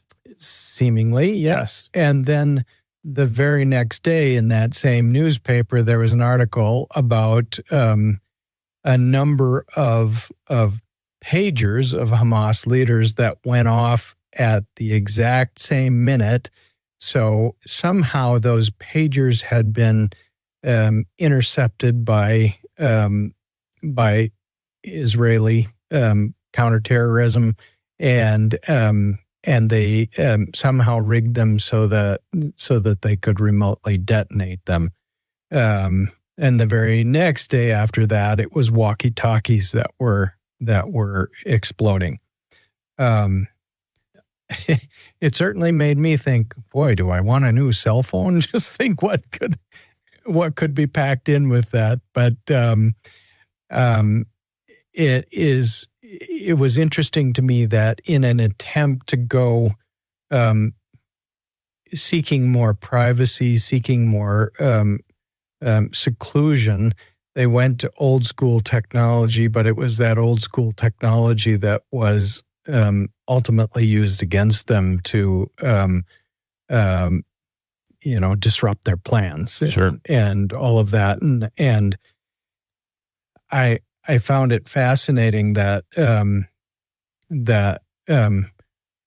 this world moves that quickly on things. There's a story about using old school technology one day, and the next day that old school technology has been used against them.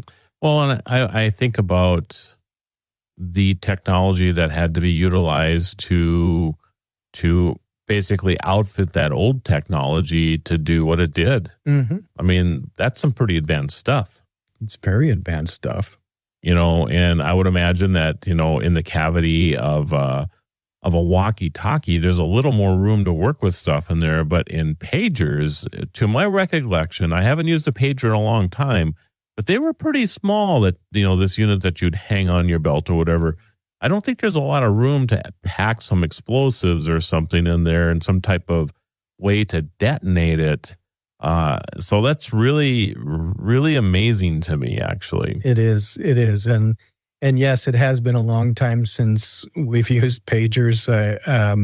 At least since I have, but so much so that I had to. I recently took a trip with a friend out to Idaho, and we were in the midst of the mountains in Idaho, and for hundreds of miles there was essentially no cell phone coverage whatsoever, and so when we stopped at Locksaw Lodge in Idaho, there was actually a payphone there, and I had to take a picture of it because I hadn't seen a payphone in so long. Wow! Because remember, with pagers, you would get this telephone number that would come up on your pager, and you had to go find somewhere to dial that number to get. Which really enhanced the payphone service there for a long time.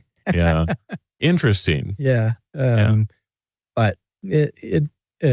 What was the name of this town again? It wasn't even a town, but it was just a wonderful lodge in the middle of the Lolo Pass called Locksaw Lodge, and totally off the grid. Yes. Wow. And, while we were out there in that area, it was near to Kuski, Idaho, and that there was the only time you could actually use your cell phone at all was when you had Wi-Fi connection. Okay. And then your device had to be able to make Wi-Fi calls. Right. Because for some reason, my buddy who had an iPhone, probably not the latest iPhone, but he wasn't even able to make. He didn't have that setting on there. Yeah. So interesting. But it was kind of fun to be off the grid like that for a while, and but then when you would come back into Wi-Fi range, your phone would just blow up again because everything was coming through. Right. It's like being on a plane that you don't have any connectivity on for a while, and after 8 hours, and you turn it on, and it's just like, yeah, I can see that. So, well, very interesting. Is this? Do you know if they're done using this way to get at Hamas right now, or are they going to? I do not, because the latest story was a story I read today. Okay. So who knows if it's going to be used again? But I would imagine everybody in that area is taking another look at their. I'm sure they are pagers and walkie-talkies and saying, "I don't want to." You don't want to be the private on detail there, right? Because it's your job to look at the walkie-talkies tonight, type of thing. Yeah, that wouldn't be good at all. But well, Jim, again, it's been fun. We covered a lot today. We covered ABBA. We covered global travel. Got into AI a little bit. I'm still kind of, you found out the Hamas stuff today. I found out the new Google AI stuff, which is kind of, I can't get it out of my head right now, how good that was. And it's just in the experimental stage. And I don't know, I'm thinking in a year, it'll be yours and my voice on here, but we will not be doing the show. We're just going to put some documents in there and say, hey, we need an 8-minute segment. And there it is. Okay, advertisers, that's probably not true. We're always going to be doing this. So we'll still read your scripts live. Just know you're going to get Marlo. That's it. Yeah. All right, everybody. Have a great rest of the week, and we'll talk to you again on the next Tech Ranch.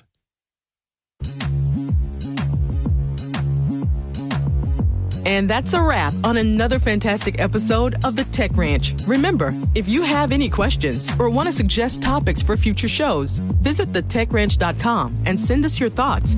You can also listen to past episodes and watch exclusive interviews not featured on the radio show. Be sure to follow Marlo and Steve on social media by clicking the links at thetechranch.com. Until next time, keep exploring the world of living with technology.